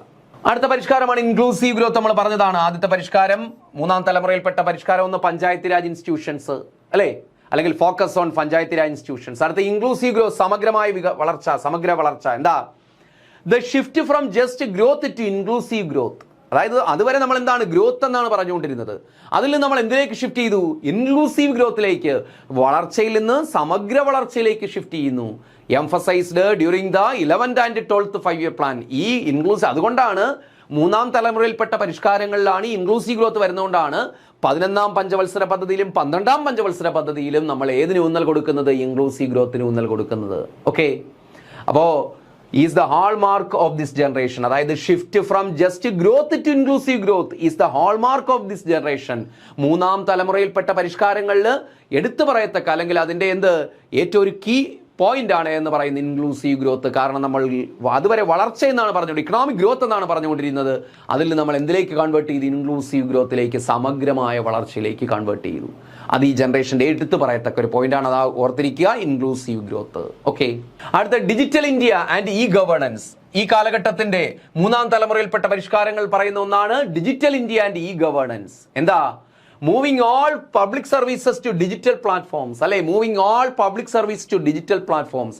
എല്ലാ പൊതുസേവനങ്ങളും ഏത് വഴിയാക്കുന്നു? Digital platform വഴിയാക്കുന്നു. നമുക്ക് തന്നെ അറിയാം, ഒരുവിധപ്പെട്ട എല്ലാ ഗവൺമെന്റ് സേവനങ്ങളും വഴി എന്താണ് നമുക്കിപ്പോൾ ഡിജിറ്റലായി കഴിഞ്ഞു. അക്ഷയ വഴി, അല്ലെ? ഓൺലൈനായിട്ട് നമുക്ക് ചെയ്യാൻ പറ്റും. അപ്പൊ അങ്ങനെ moving all public service to digital platforms to reduce human interface and corruption. അതുവഴി എന്തിനു വേണ്ടിയാണത്? ടു റെഡ്യൂസ് ഹ്യൂമൻ ഇന്റർഫേസ്, ആ മനുഷ്യന്റെ ഇടപെടൽ കുറയ്ക്കുക, അല്ലെ? അവിടെ എന്താണ്? ബ്യൂറോക്രാറ്റ്സിന്റെ ഇടപെടൽ കുറയ്ക്കുക, അനാവശ്യമായ ഇടനിലക്കാരുടെ ഇടപെടൽ കുറയ്ക്കുക, അതുപോലെ ആൻഡ് കറപ്ഷൻ, അഴിമതി ഇല്ലാതാക്കുക. അപ്പൊ ഗവൺമെന്റ് സേവനങ്ങൾ ഇപ്പൊ നേരിട്ട് ജനങ്ങളിൽ എത്തിക്കുന്നു. അതിന്റെ അർത്ഥം എന്താണ്? അതുവഴി അഴിമതി ഇല്ലാതാക്കാൻ പറ്റും. സമയബന്ധിതമായിട്ട് വളരെ ഫാസ്റ്റ് ആയിട്ട് ഗവൺമെന്റ് സേവനങ്ങൾ ജനങ്ങളിൽ എത്തിക്കുന്നു. ആണ് digital India and e governance. Moving all public services to digital platforms to reduce human interface and അല്ലെങ്കിൽ ഹ്യൂമൻ ഇന്റർഫിയറൻസ് ആൻഡ് കറപ്ഷൻ. അപ്പോൾ ജനങ്ങളുടെ ആളുകളുടെ ഇടപെടൽ കുറയ്ക്കുക, അതുപോലെ അഴിമതി ഇല്ലാതാക്കുക. അതാണ് digital India and e governance. ഇത് ഏതിൻ്റെ പ്രത്യേകതയാണ്? മൂന്നാം തലമുറയിൽപ്പെട്ട പരിഷ്കാരമാണ്. അടുത്ത നോക്ക്, cooperative and competitive federalism. Cooperative federalism and competitive federalism. That means formation of NITI Aayog. നമുക്കറിയാം 2015 ജനുവരി 1 നീതി ആയോഗ് വരുന്ന. പ്ലാനിംഗ് കമ്മീഷൻ റീപ്ലേസ് ചെയ്തുകൊണ്ട് നമ്മൾ പഠിച്ചതാണ് നീതി ആയോഗ് വന്നു, അല്ലേ? അപ്പൊ ആ നീതി ആയോഗിന്റെ ഉദ്ദേശം തന്നെ എന്താണ്? Cooperative federalism, competitive federalism. Central ഗവൺമെന്റും സ്റ്റേറ്റ് ഗവൺമെന്റും ഒരു കോപ്പറേറ്റ് ചെയ്തുകൊണ്ട്, അല്ലെ? അങ്ങനെ കോപ്പറേറ്റ് ചെയ്തുകൊണ്ട് വികസന പ്രവർത്തനങ്ങൾ നടപ്പിലാക്കുക. അപ്പൊ അതാണ് കോപ്പറേറ്റീവ് ആൻഡ് കോമ്പറ്റേറ്റീവ് ഫെഡറലിസം പ്രോത്സാഹിപ്പിക്കുക. ഇത് മൂന്നാം തലമുറയിൽപ്പെട്ട പരിഷ്കാരങ്ങളാണ്. കാരണം സെൻട്രൽ ഗവൺമെന്റ് ഉദ്ദേശിക്കുന്ന കാര്യങ്ങൾ കൃത്യമായി നടപ്പിലാകണമെങ്കിൽ ആരുടെ കോർപ്പറേഷൻ വേണം? സ്റ്റേറ്റ് ഗവൺമെന്റ്സിന്റെ കോർപ്പറേഷൻ വേണം. അതുപോലെ സ്റ്റേറ്റ് ഗവൺമെന്റ്സിന് കൃത്യമായി പ്ലാൻസ് ഉണ്ട്, അത് നടപ്പിലാക്കണമെങ്കിൽ ആരുടെ? ലോക്കൽ ബോഡീസിന്റെ കോർപ്പറേഷൻ വേണം. അപ്പോൾ ഇങ്ങനെ പരസ്പരം ഒരു കോപ്പറേറ്റ് ചെയ്തുകൊണ്ട് എന്ത് ചെയ്യുന്നു? കോപ്പറേറ്റ് ചെയ്തുകൊണ്ട് ഹെൽത്തി ആയ ഒരു കോമ്പറ്റീഷൻ. അപ്പോൾ അവർ യൂണിയൻ ഗവൺമെന്റ്, നമ്മുടെ സെൻട്രൽ ഗവൺമെന്റ് എന്ത് ചെയ്യുന്നു? വികസന പ്രവർത്തനങ്ങൾ ആരുമായി ചേർന്ന് നടപ്പിലാക്കുന്നു? സ്റ്റേറ്റ് ഗവൺമെന്റ്സുമായി ചേർത്ത്. അതാണ് കോപ്പറേറ്റീവ് ഫെഡറലിസം. മാത്രമല്ല എന്താണ്? സ്റ്റേറ്റുകൾ തമ്മിൽ എന്തിന് കളമൊരുക്കുന്നു? ഒരു മത്സരത്തിന് കളമൊരുക്കുന്നു. ഒരു ഹെൽത്തി ആയ കോമ്പറ്റീഷൻ, വികസന പ്രവർത്തനങ്ങളിൽ ഒരു ഹെൽത്ത്. ഇന്നിപ്പോൾ സംസ്ഥാനങ്ങൾ തമ്മിൽ മത്സരമാണ്, ഓരോ കാര്യങ്ങളിലും മത്സരമാണ്. അവർക്ക് റാങ്കിങ് ഏർപ്പെടുത്തിയിട്ടുണ്ട് നീതി ആയോഗ്. അപ്പോൾ അതാണ് കോപ്പറേറ്റീവ് ആൻഡ് കോമ്പറ്റേറ്റീവ് ഫെഡറലിസം. അതിൻ്റെ ഏറ്റവും നല്ല എക്സാമ്പിളാണ് formation of NITI Aayog. Cooperative competitive federalism ഉത്തേജിപ്പിക്കാൻ വേണ്ടിയാണ് പ്ലാനിംഗ് കമ്മീഷൻ റീപ്ലേസ് ചെയ്തുകൊണ്ട് നീതി ആയോഗ് വന്നത്. ഇതൊക്കെ മൂന്നാം തലമുറയിൽപ്പെട്ട പരിഷ്കാരങ്ങളാണ്. അതുപോലെ consultation of 44 central labour laws into 4 simplified codes. Consultation of 44 central labour laws, അല്ലേ? പ്രധാനമായിട്ടും 44 തൊഴിൽ നിയമങ്ങൾ ഉണ്ടായിരുന്നു. അതിനെയൊക്കെ എന്ത് ചെയ്തു? കൺസോൾട്ടേറ്റ് ചെയ്ത് ഏകീകരിച്ചുകൊണ്ട് ഇപ്പോൾ 4 സിംപ്ലിഫൈഡ് കോഡ്സ്, 4 നിയമങ്ങളാക്കി അതിനെ മാറ്റി. 4 പ്രധാനപ്പെട്ട കോഡ്സ് ഉദ്ദേശിക്കുന്ന നിയമം തന്നെയാണ് കേട്ടോ. 4 നിയമങ്ങളാക്കി അതിനെ മാറ്റി. Consultation of 44 central labour loss. നമുക്ക് പ്രധാനമായിട്ടും കേന്ദ്ര തൊഴിൽ നിയമങ്ങൾ 44 ഉണ്ടായിരുന്നു. അതിനെ സിംപ്ലിഫൈ ചെയ്ത് എത്രണ്ണമാക്കി? 4 നിയമങ്ങളാക്കി മാറ്റി. ഓർക്കുമല്ലോ, 4 നിയമങ്ങളാക്കി അതിനെ മാറ്റുകയുണ്ടായി. ഇത് കൃത്യമായിട്ട് പഠിച്ചിരിക്കുക. അപ്പോൾ 44 നിയമങ്ങളുണ്ടായിരുന്നു, ഇപ്പം എത്രണ്ണമാക്കി? 4 നിയമങ്ങളാക്കി. ഇതും ഏതിൻ്റെ ഭാഗമായിട്ടാണ് വരുന്നത്? ഏതിൻ്റെ ഭാഗമായിട്ടാണ്ട്? തേർഡ് ജനറേഷൻ ഓഫ് ഇക്കണോമിക് റിഫോംസിൽ വരുന്നതാണ്. അടുത്ത insolvency and bankruptcy code IBC 2016. 2016 ഒരു നിയമം പാസ്സാക്കി. എന്താണ്? Insolvency and bankruptcy code. Insolvency എന്ന് വെച്ചാൽ എന്താണ്? ഈ വായ്പ എടുത്ത കമ്പനികൾ, വ്യക്തികളൊക്കെ എന്ത് ചെയ്യുന്നു? സ്ഥാപനങ്ങളൊക്കെ എന്താണ്? ഇൻസോൾവെന്റ് ആയി മാറും, വായ്പ തിരിച്ചടയ്ക്കാൻ കഴിയാതെ വരും. അതുപോലെ ബാങ്ക്രപ്സി, കടക്കണിയിൽപ്പെടും. അപ്പോൾ അത് ഒഴിവാക്കാൻ വേണ്ടി, അത് കുറയ്ക്കാൻ വേണ്ടി ബാങ്കുകളുടെ കിട്ടാക്കടം, അല്ലേ, നോൺ പെർഫോമിംഗ് അസറ്റ്സ് എന്ന് പറയും, NPA എന്ന് പറയും, നോൺ പെർഫോമിംഗ് അസറ്റ്സ് കുറയ്ക്കുക. കാരണം നമ്മുടെ ഈ അടുത്ത സമയം വരെയും നമ്മുടെ പൊതുമേഖലാ ബാങ്കുകൾക്ക് നമുക്കറിയാം നോൺ പെർഫോമിംഗ് അസറ്റ്സ് ഉണ്ട്. കാരണം ഇവിടെ നമുക്ക് വിജയ് മല്യയുടെ കാര്യം അറിയാം. അതുപോലെ നിങ്ങൾ നീരവ് മോദി എന്ന് കേട്ടു, നരേന്ദ്രമോദി അല്ല കേട്ടോ, നീരവ് മോദി. അപ്പോൾ ഇവരൊക്കെ എന്താണ്? ഇങ്ങനെയുള്ള ഒരുപാട് വ്യക്തികളുണ്ട്. ഇവർ ലക്ഷക്കണക്കിന് അല്ലെങ്കിൽ ആയിരക്കണക്കിന് കോടി രൂപ വായ്പ എടുത്തിട്ട് ഇവിടെ നിന്ന് മുങ്ങിയവരാണ്. അപ്പോൾ ബാങ്കുകൾ ഇതുപോലെ എന്താണ്? വലിയ വ്യവസായികൾക്ക് വാരിക്കോരി വായ്പ കൊടുക്കും, ഇവരിവിടെ നിന്ന് മുങ്ങും. അപ്പോൾ ഇവിടെ എന്താണ്? ഇത് കിട്ടാക്കടം വർദ്ധിക്കും. ഇതിനെയാണ് നോൺ പെർഫോമിംഗ് അസറ്റ്സ് എന്ന് പറയുന്നത്. മാത്രമല്ല ഇവരുടെ കമ്പനികളൊക്കെ എന്താകും? നഷ്ടത്തിലാകും. ഇവരുടെ കമ്പനികളൊക്കെ ആകെ നഷ്ടത്തിലാകും. അപ്പോൾ അത് ഒഴിവാക്കാൻ വേണ്ടി ബാങ്കുകൾ ഇൻസോൾവൻസി അല്ലെങ്കിൽ ആ വ്യക്തികളുടെ കമ്പനികളുടെ ഇൻസോൾവൻസി കുറയ്ക്കുക എന്ന് വെച്ചാൽ പിന്നെന്താണ് അവർക്ക് വായ്പ തിരിച്ചടയ്ക്കാനുള്ള കഴിവ് വരുത്തുക, അല്ലെങ്കിൽ അതിനകത്ത് ഉറപ്പ് വരുത്തുക. അതുപോലെ ബാങ്ക്രപ്സി കോഡ്, കടക്കണിയിൽപ്പെടുക, പിന്നെ ബാങ്കുകളൊക്കെ പാപ്പരാവുക, അത് ഒഴിവാക്കാൻ വേണ്ടിയുള്ള നിയമമാണ് ഇൻസോൾവൻസി ആൻഡ് ബാങ്ക്രപ്സി കോഡ് എന്ന് പറയുന്നത്. അത് 2016 പാസ്സാക്കിയതാണ്. ഇതും മറ്റൊരു പരിഷ്കാരമാണ്. ഓക്കെ. അതുപോലെ മറ്റൊന്നാണ് introduction of GST, goods and service tax, to create one nation one market, അല്ലേ? To create one nation one market, അല്ലേ? നമുക്ക് GST ഇൻട്രൊഡ്യൂസ് ചെയ്തു. 2017 ജൂലൈ 1 മുതൽ എന്ത് ചെയ്തു? GST ഇൻട്രൊഡ്യൂസ് ചെയ്തു. Goods and service tax introduce ചെയ്തു. അതുപോലെ PM ഗതിശക്തി, ഈ മൂന്നാം തലമുറയിൽപ്പെട്ട പരിഷ്കാരങ്ങൾക്ക് ഉത്തേജനമേകുന്ന ഒരു പരിപാടിയാണ് PM ഗതിശക്തി. എന്താണ്? A multi modal connectivity to integrate various infrastructure projects, roads, railways, ports and reduce India's logistic cost. അതായത് PM ഗതിശക്തി കൊണ്ട് ഉദ്ദേശിക്കുന്നത് എന്താണ്? A multi modal connectivity to integrate various infrastructure projects. അതായത് നമ്മുടെ അടിസ്ഥാന സൗകര്യ പ്രോജക്റ്റുകൾ, ഇൻഫ്രാസ്ട്രക്ചർ പ്രോജക്ട്സ്, അതിനെ സംയോജിപ്പിച്ചുകൊണ്ട് ഒരു മൾട്ടി മോഡൽ കണക്ടിവിറ്റിയാണ് എന്ന് വെച്ചാൽ വിവിധ മേഖലകളെ സംയോജിപ്പിച്ചുകൊണ്ട് അതിനെ ഇൻ്റഗ്രേറ്റ് ചെയ്തുകൊണ്ട് വേരിയസ് ഇൻഫ്രാസ്ട്രക്ചർ പ്രോജക്ട്സ് കൊണ്ടുവരിക. അതായത് റോഡ്സ്, റെയിൽവേസ്, പോർട്സ്, ഇതിനെയൊക്കെ എന്ത് ചെയ്യുക? ഇൻ്റഗ്രേറ്റ് ചെയ്യുക. And reduce India's logistic cost, അതുപോലെ നമ്മുടെ ലോജിസ്റ്റിക് കോസ്റ്റ് കുറയ്ക്കുക എന്ന് വെച്ചാൽ സാധനങ്ങൾ കയറ്റി ഒരു സ്ഥലത്ത് നിന്ന് മറ്റു സ്ഥലത്തേക്ക് കൊണ്ടുപോകാനാണ് ലോജിസ്റ്റിക്സ് എന്ന് പറയുന്നത്. അതായത് സാധന കൈമാറ്റം, ചരക്കുകളുടെ കൈമാറ്റം, അതാണ് ലോജിസ്റ്റിക്സ്. ആ ലോജിസ്റ്റിക് കോസ്റ്റ് കുറയ്ക്കുക. അതിനുവേണ്ടി എന്ത് ചെയ്യുക? ഈ road transport system, railway transport system, port, തുറമുഖങ്ങൾ, ഈ 3 മേഖല, ഇതൊക്കെയാണ് വേരിയസ് ഇൻഫ്രാസ്ട്രക്ചർ പ്രോജക്ട്സ്. ഇതിനെന്ത് ചെയ്യുക? ഇൻ്റഗ്രേറ്റ് ചെയ്യുക. അങ്ങനെ ഇൻ്റഗ്രേറ്റ് ചെയ്തുകൊണ്ടുള്ള ഒരു മൾട്ടി മോഡൽ കണക്ടിവിറ്റി, അതാണ് PM ഗതിശക്തി. അപ്പം ഒരു മൾട്ടി മോഡൽ കണക്ടിവിറ്റി എന്താണ് കൊണ്ട് ഉദ്ദേശിക്കുന്നത്? നമ്മുടെ വേരിയസ് ഇൻഫ്രാസ്ട്രക്ചർ പ്രോജക്ട്സ് ഉണ്ട്, അതായത് റോഡ്വേസ്, റെയിൽവേസ്, പോർട്സ്, ഈ 3 മേഖലകളെയും കൂടി എന്ത് ചെയ്യുക? ഇൻ്റഗ്രേറ്റ് ചെയ്യുക. അങ്ങനെ ഇൻ്റഗ്രേറ്റ് ചെയ്യുമ്പോൾ വളരെ കാര്യക്ഷമമായിട്ട് നമുക്ക് ലോജിസ്റ്റിക്സ് നമുക്ക് എന്ത് ചെയ്യാൻ പറ്റും? കൈമാറ്റം ചെയ്യാൻ പറ്റും. വളരെ ട്രാൻസ്പോർട്ടേഷൻ കോസ്റ്റ് കുറഞ്ഞിരിക്കും. വളരെ സമയബന്ധിതമായിട്ട് സാധനങ്ങൾ കൈമാറ്റം ചെയ്യാൻ പറ്റും. അതാണ് PM ഗതിശക്തി. ഇതും ഏതിൻ്റെ ഭാഗമാണ്? മൂന്നാം തലമുറയിൽപ്പെട്ട പരിഷ്കാരങ്ങളുടെ ഭാഗമാണ്. അതുപോലെ ലാറ്ററൽ എൻട്രി, മറ്റൊരു പരിഷ്കാരം ലാറ്ററൽ എൻട്രി. എന്താണ് lateral entry? Introducing private sector experts into government hierarchy. Introducing private sector experts into the government hierarchy. ഇപ്പം ഗവൺമെന്റ് ഒക്കെ കൂടുതൽ പ്രൊഫഷണലായി മാറിക്കൊണ്ടിരിക്കുകയാണ്. ഈ പൊതുമേഖലാ സ്ഥാപനങ്ങൾ അല്ലെങ്കിൽ പബ്ലിക് സെക്ടറിൽ ആരെ കൊണ്ടുവരുന്നു? പ്രൈവറ്റ് പ്രൊഫഷണൽസിൻ്റെ അവരുടെ സർവീസ് കൊണ്ടുവരുന്നു. വളരെ കാര്യക്ഷമതയുള്ള വളരെ എക്സ്പേർട്സ് ആയിട്ടുള്ള, സ്പെഷ്യലൈസ്ഡ് ആയിട്ടുള്ള പ്രൈവറ്റ് സെക്ടറിലുള്ള പ്രൈവറ്റ് ആയിട്ടുള്ള വ്യക്തികളെ അല്ലെങ്കിൽ സ്ഥാപനങ്ങളെ എന്ത് ചെയ്യുന്നു? ഗവൺമെൻറ് അവരുടെ പല കാര്യങ്ങൾക്കായിട്ട് പ്രോജക്റ്റ് വർക്കിനാണെങ്കിലും അതുപോലെ അവരുടെ റിസർച്ച് വർക്കിനാണെങ്കിലും ഒക്കെ ഏൽപ്പിക്കുന്നു. അപ്പോൾ ഗവൺമെൻറ് ഹയറാർക്കിയിൽ, ഗവൺമെൻറ്റിൻ്റെ ഉന്നത സ്ഥാനങ്ങളിൽ എന്ത് ചെയ്തു? പ്രൈവറ്റ് എക്സ്പേർട്സിനെ. പണ്ട് ആ ഒരു സിസ്റ്റമേ ഇല്ല, എല്ലാം ഗവൺമെൻറ് എംപ്ലോയീസ് ആണ്. ഇപ്പോൾ അങ്ങനെയല്ല, ഗവൺമെൻറ് കുറച്ചുകൂടി പ്രൊഫഷണൽ ആയിരിക്കുന്നതാണ് ലാറ്ററൽ എൻട്രി എന്ന് പറയുന്നത്. Lateral entry. അതുപോലെ the integration of the Jan Dhan, Aadhaar and mobile enabled DBT. Integration of Jan Dhan, അല്ലേ? ജൻധൻ അക്കൗണ്ടുകൾ നിങ്ങൾ കേട്ട് കാണും. Aadhaar and mobile enabled the DBT, mobile enabled the DBT. അപ്പോൾ integration of Jan Dhan, Aadhaar and mobile to enable the DBT. DBT direct benefit transfer. Jan Dhan അക്കൗണ്ടുകൾ അല്ലെങ്കിൽ ഗവൺമെൻറ്റിൻ്റെ സേവനങ്ങൾ നേരിട്ട് ഗവൺമെൻറ്റിൽ എത്തിക്കുന്നതിന് വേണ്ടിയാണ് ബാലൻസ് ഫ്രീ ആയിട്ടുള്ള അക്കൗണ്ടുകൾ ഓപ്പൺ ചെയ്യുക. അതിനെയാണ് ജൻധൻ അക്കൗണ്ട്. അതായത് എല്ലാ ഗ്രാമങ്ങളിലും, പ്രത്യേകിച്ച് ഗ്രാമങ്ങളിലെ എല്ലാ കുടുംബങ്ങളിലും ഒരു അക്കൗണ്ട് തുറപ്പിക്കുക. അതാണ് Jan Dhan account. Zero balance account എന്ന് പറയും. അപ്പോൾ ഈ ജൻധൻ അക്കൗണ്ടുകൾ, അതുപോലെ ആധാർ ആൻഡ് മൊബൈൽ എനേബിൾഡ്, അതൊരു ആധാർ ലിങ്ക്ഡ്, അതുപോലെ മൊബൈൽ ലിങ്ക്ഡ് ആയിട്ടുള്ള ജൻധൻ അക്കൗണ്ടുകൾ കൊണ്ടുവരിക. അല്ലെങ്കിൽ ജൻധൻ അക്കൗണ്ടുകളും ആധാറും മൊബൈൽ ഫോണും എന്ത് ചെയ്യുക? ലിങ്ക് ചെയ്യുക. എന്തിനു വേണ്ടിയാണ്? To enable DBT. എന്ത് എനേബിൾ ചെയ്യാൻ വേണ്ടിയാണ്? എന്തിന് ശക്തി പകരാനാണ്? DBT, direct benefit transfer.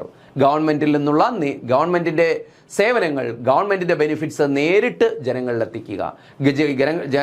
ഗവൺമെൻറ്റിൽ നിന്ന് കിട്ടുന്ന ആനുകൂല്യങ്ങൾ നേരിട്ട് ഗവൺമെൻറ്റിൽ എത്തിക്കാൻ വേണ്ടി എന്ത് ചെയ്തു? ബാങ്ക് അക്കൗണ്ടായ ജൻധൻ അക്കൗണ്ടും അതുപോലെ ആധാറും മൊബൈൽ ഇതിനെ ഇൻ്റഗ്രേറ്റ് ചെയ്യുക. എന്തിനു വേണ്ടിയാണത്? എനേബിൾ ദ DBT, ജനങ്ങൾക്ക് വളരെ പെട്ടെന്ന് ഗവൺമെൻറ് ആനുകൂല്യങ്ങൾ, ഡയറക്റ്റ് ബെനിഫിറ്റ് ട്രാൻസ്ഫർ എന്ന് വെച്ചാൽ ഗവൺമെൻറ്റിൽ നിന്ന് നേരിട്ട് ആനുകൂല്യങ്ങൾ ജനങ്ങളിലെത്തിക്കാൻ. അതുപോലെ യൂണിഫൈഡ് പേയ്മെൻറ്റ് ഇൻ്റർഫേസ് UPI, നമുക്കറിയാം UPI സർവീസ്, ഗൂഗിൾ പേ അല്ലേ, അതുപോലെ ഭീം ആപ്പ്, ഇങ്ങനെ ഒരുപാട് സിസ്റ്റംസ് ഉണ്ട് ഇപ്പോൾ. അപ്പോൾ യൂണിഫൈഡ് പേയ്മെൻറ്റ് ഇൻ്റർഫേസ് വളരെ പെട്ടെന്ന് നമുക്ക് ഡിജിറ്റൽ ട്രാൻസാക്ഷൻസ് നടത്താൻ വേണ്ടി യൂണിഫൈഡ് പേയ്മെൻറ്റ് ഇൻ്റർഫേസ്. അപ്പോൾ ഇങ്ങനെയുള്ള ഒരുപാട് പരിഷ്കാരങ്ങളാണ് ഏതിൻ്റെ ഭാഗമായിട്ട് കൊണ്ടുവന്നത്? മൂന്നാം തലമുറ പരിഷ്കാരങ്ങളുടെ ഭാഗമായിട്ട് നമ്മൾ കൊണ്ടുവന്നത്. എന്തൊക്കെയാണ്? ആദ്യം നമ്മൾ പറഞ്ഞു പഞ്ചായത്ത് രാജ് ഇൻസ്റ്റിറ്റ്യൂഷൻസ് ശക്തിപ്പെട്ടാൽ മാത്രമേ നമുക്ക് എന്ത് ചെയ്യാൻ പറ്റൂ? റിഫോംസിൻ്റെ ഭാഗമായിട്ട് ഒന്നാം തലമുറയിൽപ്പെട്ട രണ്ടാം തലമുറയിൽപ്പെട്ട പരിഷ്കാരങ്ങളുടെ ഭാഗമായിട്ടുള്ള ബെനിഫിറ്റ്സ് ഗ്രാസ് റൂട്ട് ലെവലിൽ എത്തത്തുള്ളൂ. അതിനുവേണ്ടി പഞ്ചായത്ത് രാജ് ഇൻസ്റ്റിറ്റ്യൂഷൻസ് കാര്യക്ഷമമാക്കി. അതുപോലെ ഇൻക്ലൂസീവ് ഗ്രോത്ത്, ജസ്റ്റ് ഗ്രോത്തിൽ നിന്ന് നമ്മൾ ഇൻക്ലൂസീവ് ഗ്രോത്തിലേക്ക് മാറ്റപ്പെട്ടു മൂന്നാം തലമുറയിൽപ്പെട്ട പരിഷ്കാരങ്ങളിലൂടെ. ഡിജിറ്റൽ ഇന്ത്യ ആൻഡ് ഗവേണൻസ് എന്ത് പ്രോത്സാഹിപ്പിക്കുന്നു? Digital India and governance. അതുപോലെ കോപ്പറേറ്റീവ് ആൻഡ് കോമ്പറ്റേറ്റീവ് ഫെഡറലിസം പ്രോത്സാഹിപ്പിക്കുന്നു. അതിനുവേണ്ടിയാണ് നീതി ആയോഗ് ഫോം ചെയ്തത്. കൺസോൾട്ടേഷൻ ഓഫ് 44 ലേബർ ലോസ് അല്ലെ, 44 ലേബർ നിയമങ്ങൾ, സെൻട്രൽ ലേബർ നിയമങ്ങൾ ഏകീകരിച്ചുകൊണ്ട് 4 കോഡുകളാക്കി മാറ്റി, 4 നിയമങ്ങളാക്കി മാറ്റി. ഇൻസോൾവൻസി ആൻഡ് ബാങ്ക്രപ്സി കോഡ്, ബാങ്കുകളുടെ കിട്ടാക്കടം കുറയ്ക്കുന്നതിനും മറ്റുമായിട്ട് ഇൻസോൾവൻസി ആൻഡ് ബാങ്ക്രപ്സി കോഡ് കൊണ്ടുവന്നു, 2016 പാസ്സാക്കി. ഇൻട്രൊഡക്ഷൻ ഓഫ് GST ഇൻട്രൊഡ്യൂസ് ചെയ്തു. PM ഗതിശക്തി അല്ലേ, നമ്മുടെ ലോജിസ്റ്റിക്സ് അല്ലെങ്കിൽ സാധനങ്ങളുടെ കൈമാറ്റം കാര്യക്ഷമമാക്കാൻ വേണ്ടി PM ഗതിശക്തി.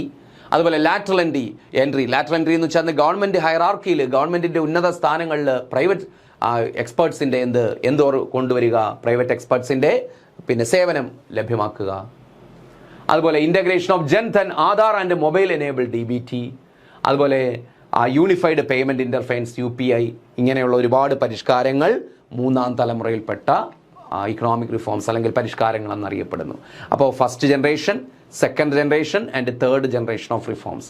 ഇങ്ങനെ 3 ജനറേഷൻ ഓഫ് റിഫോംസ് ആയിട്ട് നമ്മുടെ ഈ ഇക്കണോമിക് റിഫോംസിന് നമുക്ക് തിരിക്കാൻ പറ്റും. അല്ല, നമ്മൾ നോർമലി പഠിക്കുന്നത് പ്രൈവറ്റൈസേഷൻ, ഗ്ലോബലൈസേഷൻ അല്ലേ, ലിബറലൈസേഷൻ, അതാണ് പഠിക്കുന്നത്. അത് മാത്രം പോരാ, ഇങ്ങനെ 3 തലമുറയിൽപ്പെട്ട പരിഷ്കാരങ്ങൾ ഇന്ത്യയിൽ നടപ്പിലാക്കിയിട്ടുണ്ടെന്ന് കൂടി. അപ്പോൾ അതിനെക്കുറിച്ചുള്ള സകല ഡീറ്റെയിൽസ് നിങ്ങൾക്ക് തന്നിട്ടുണ്ട്. ഇത് കൃത്യമായിട്ട് പഠിക്കുക, പ്രത്യേകിച്ച് ആ പോയിന്റ്സുകൾ നന്നായിട്ട് മനസ്സിലാക്കുക. അപ്പോൾ ഇത് ഏത് തലമുറയിൽപ്പെട്ടതാണ് എന്ന് നമുക്ക് ക്വസ്റ്റ്യൻ കാണുമ്പോൾ അറിയാൻ പറ്റണം, ഓപ്ഷൻസ് കാണുമ്പോൾ അറിയാൻ പറ്റണം.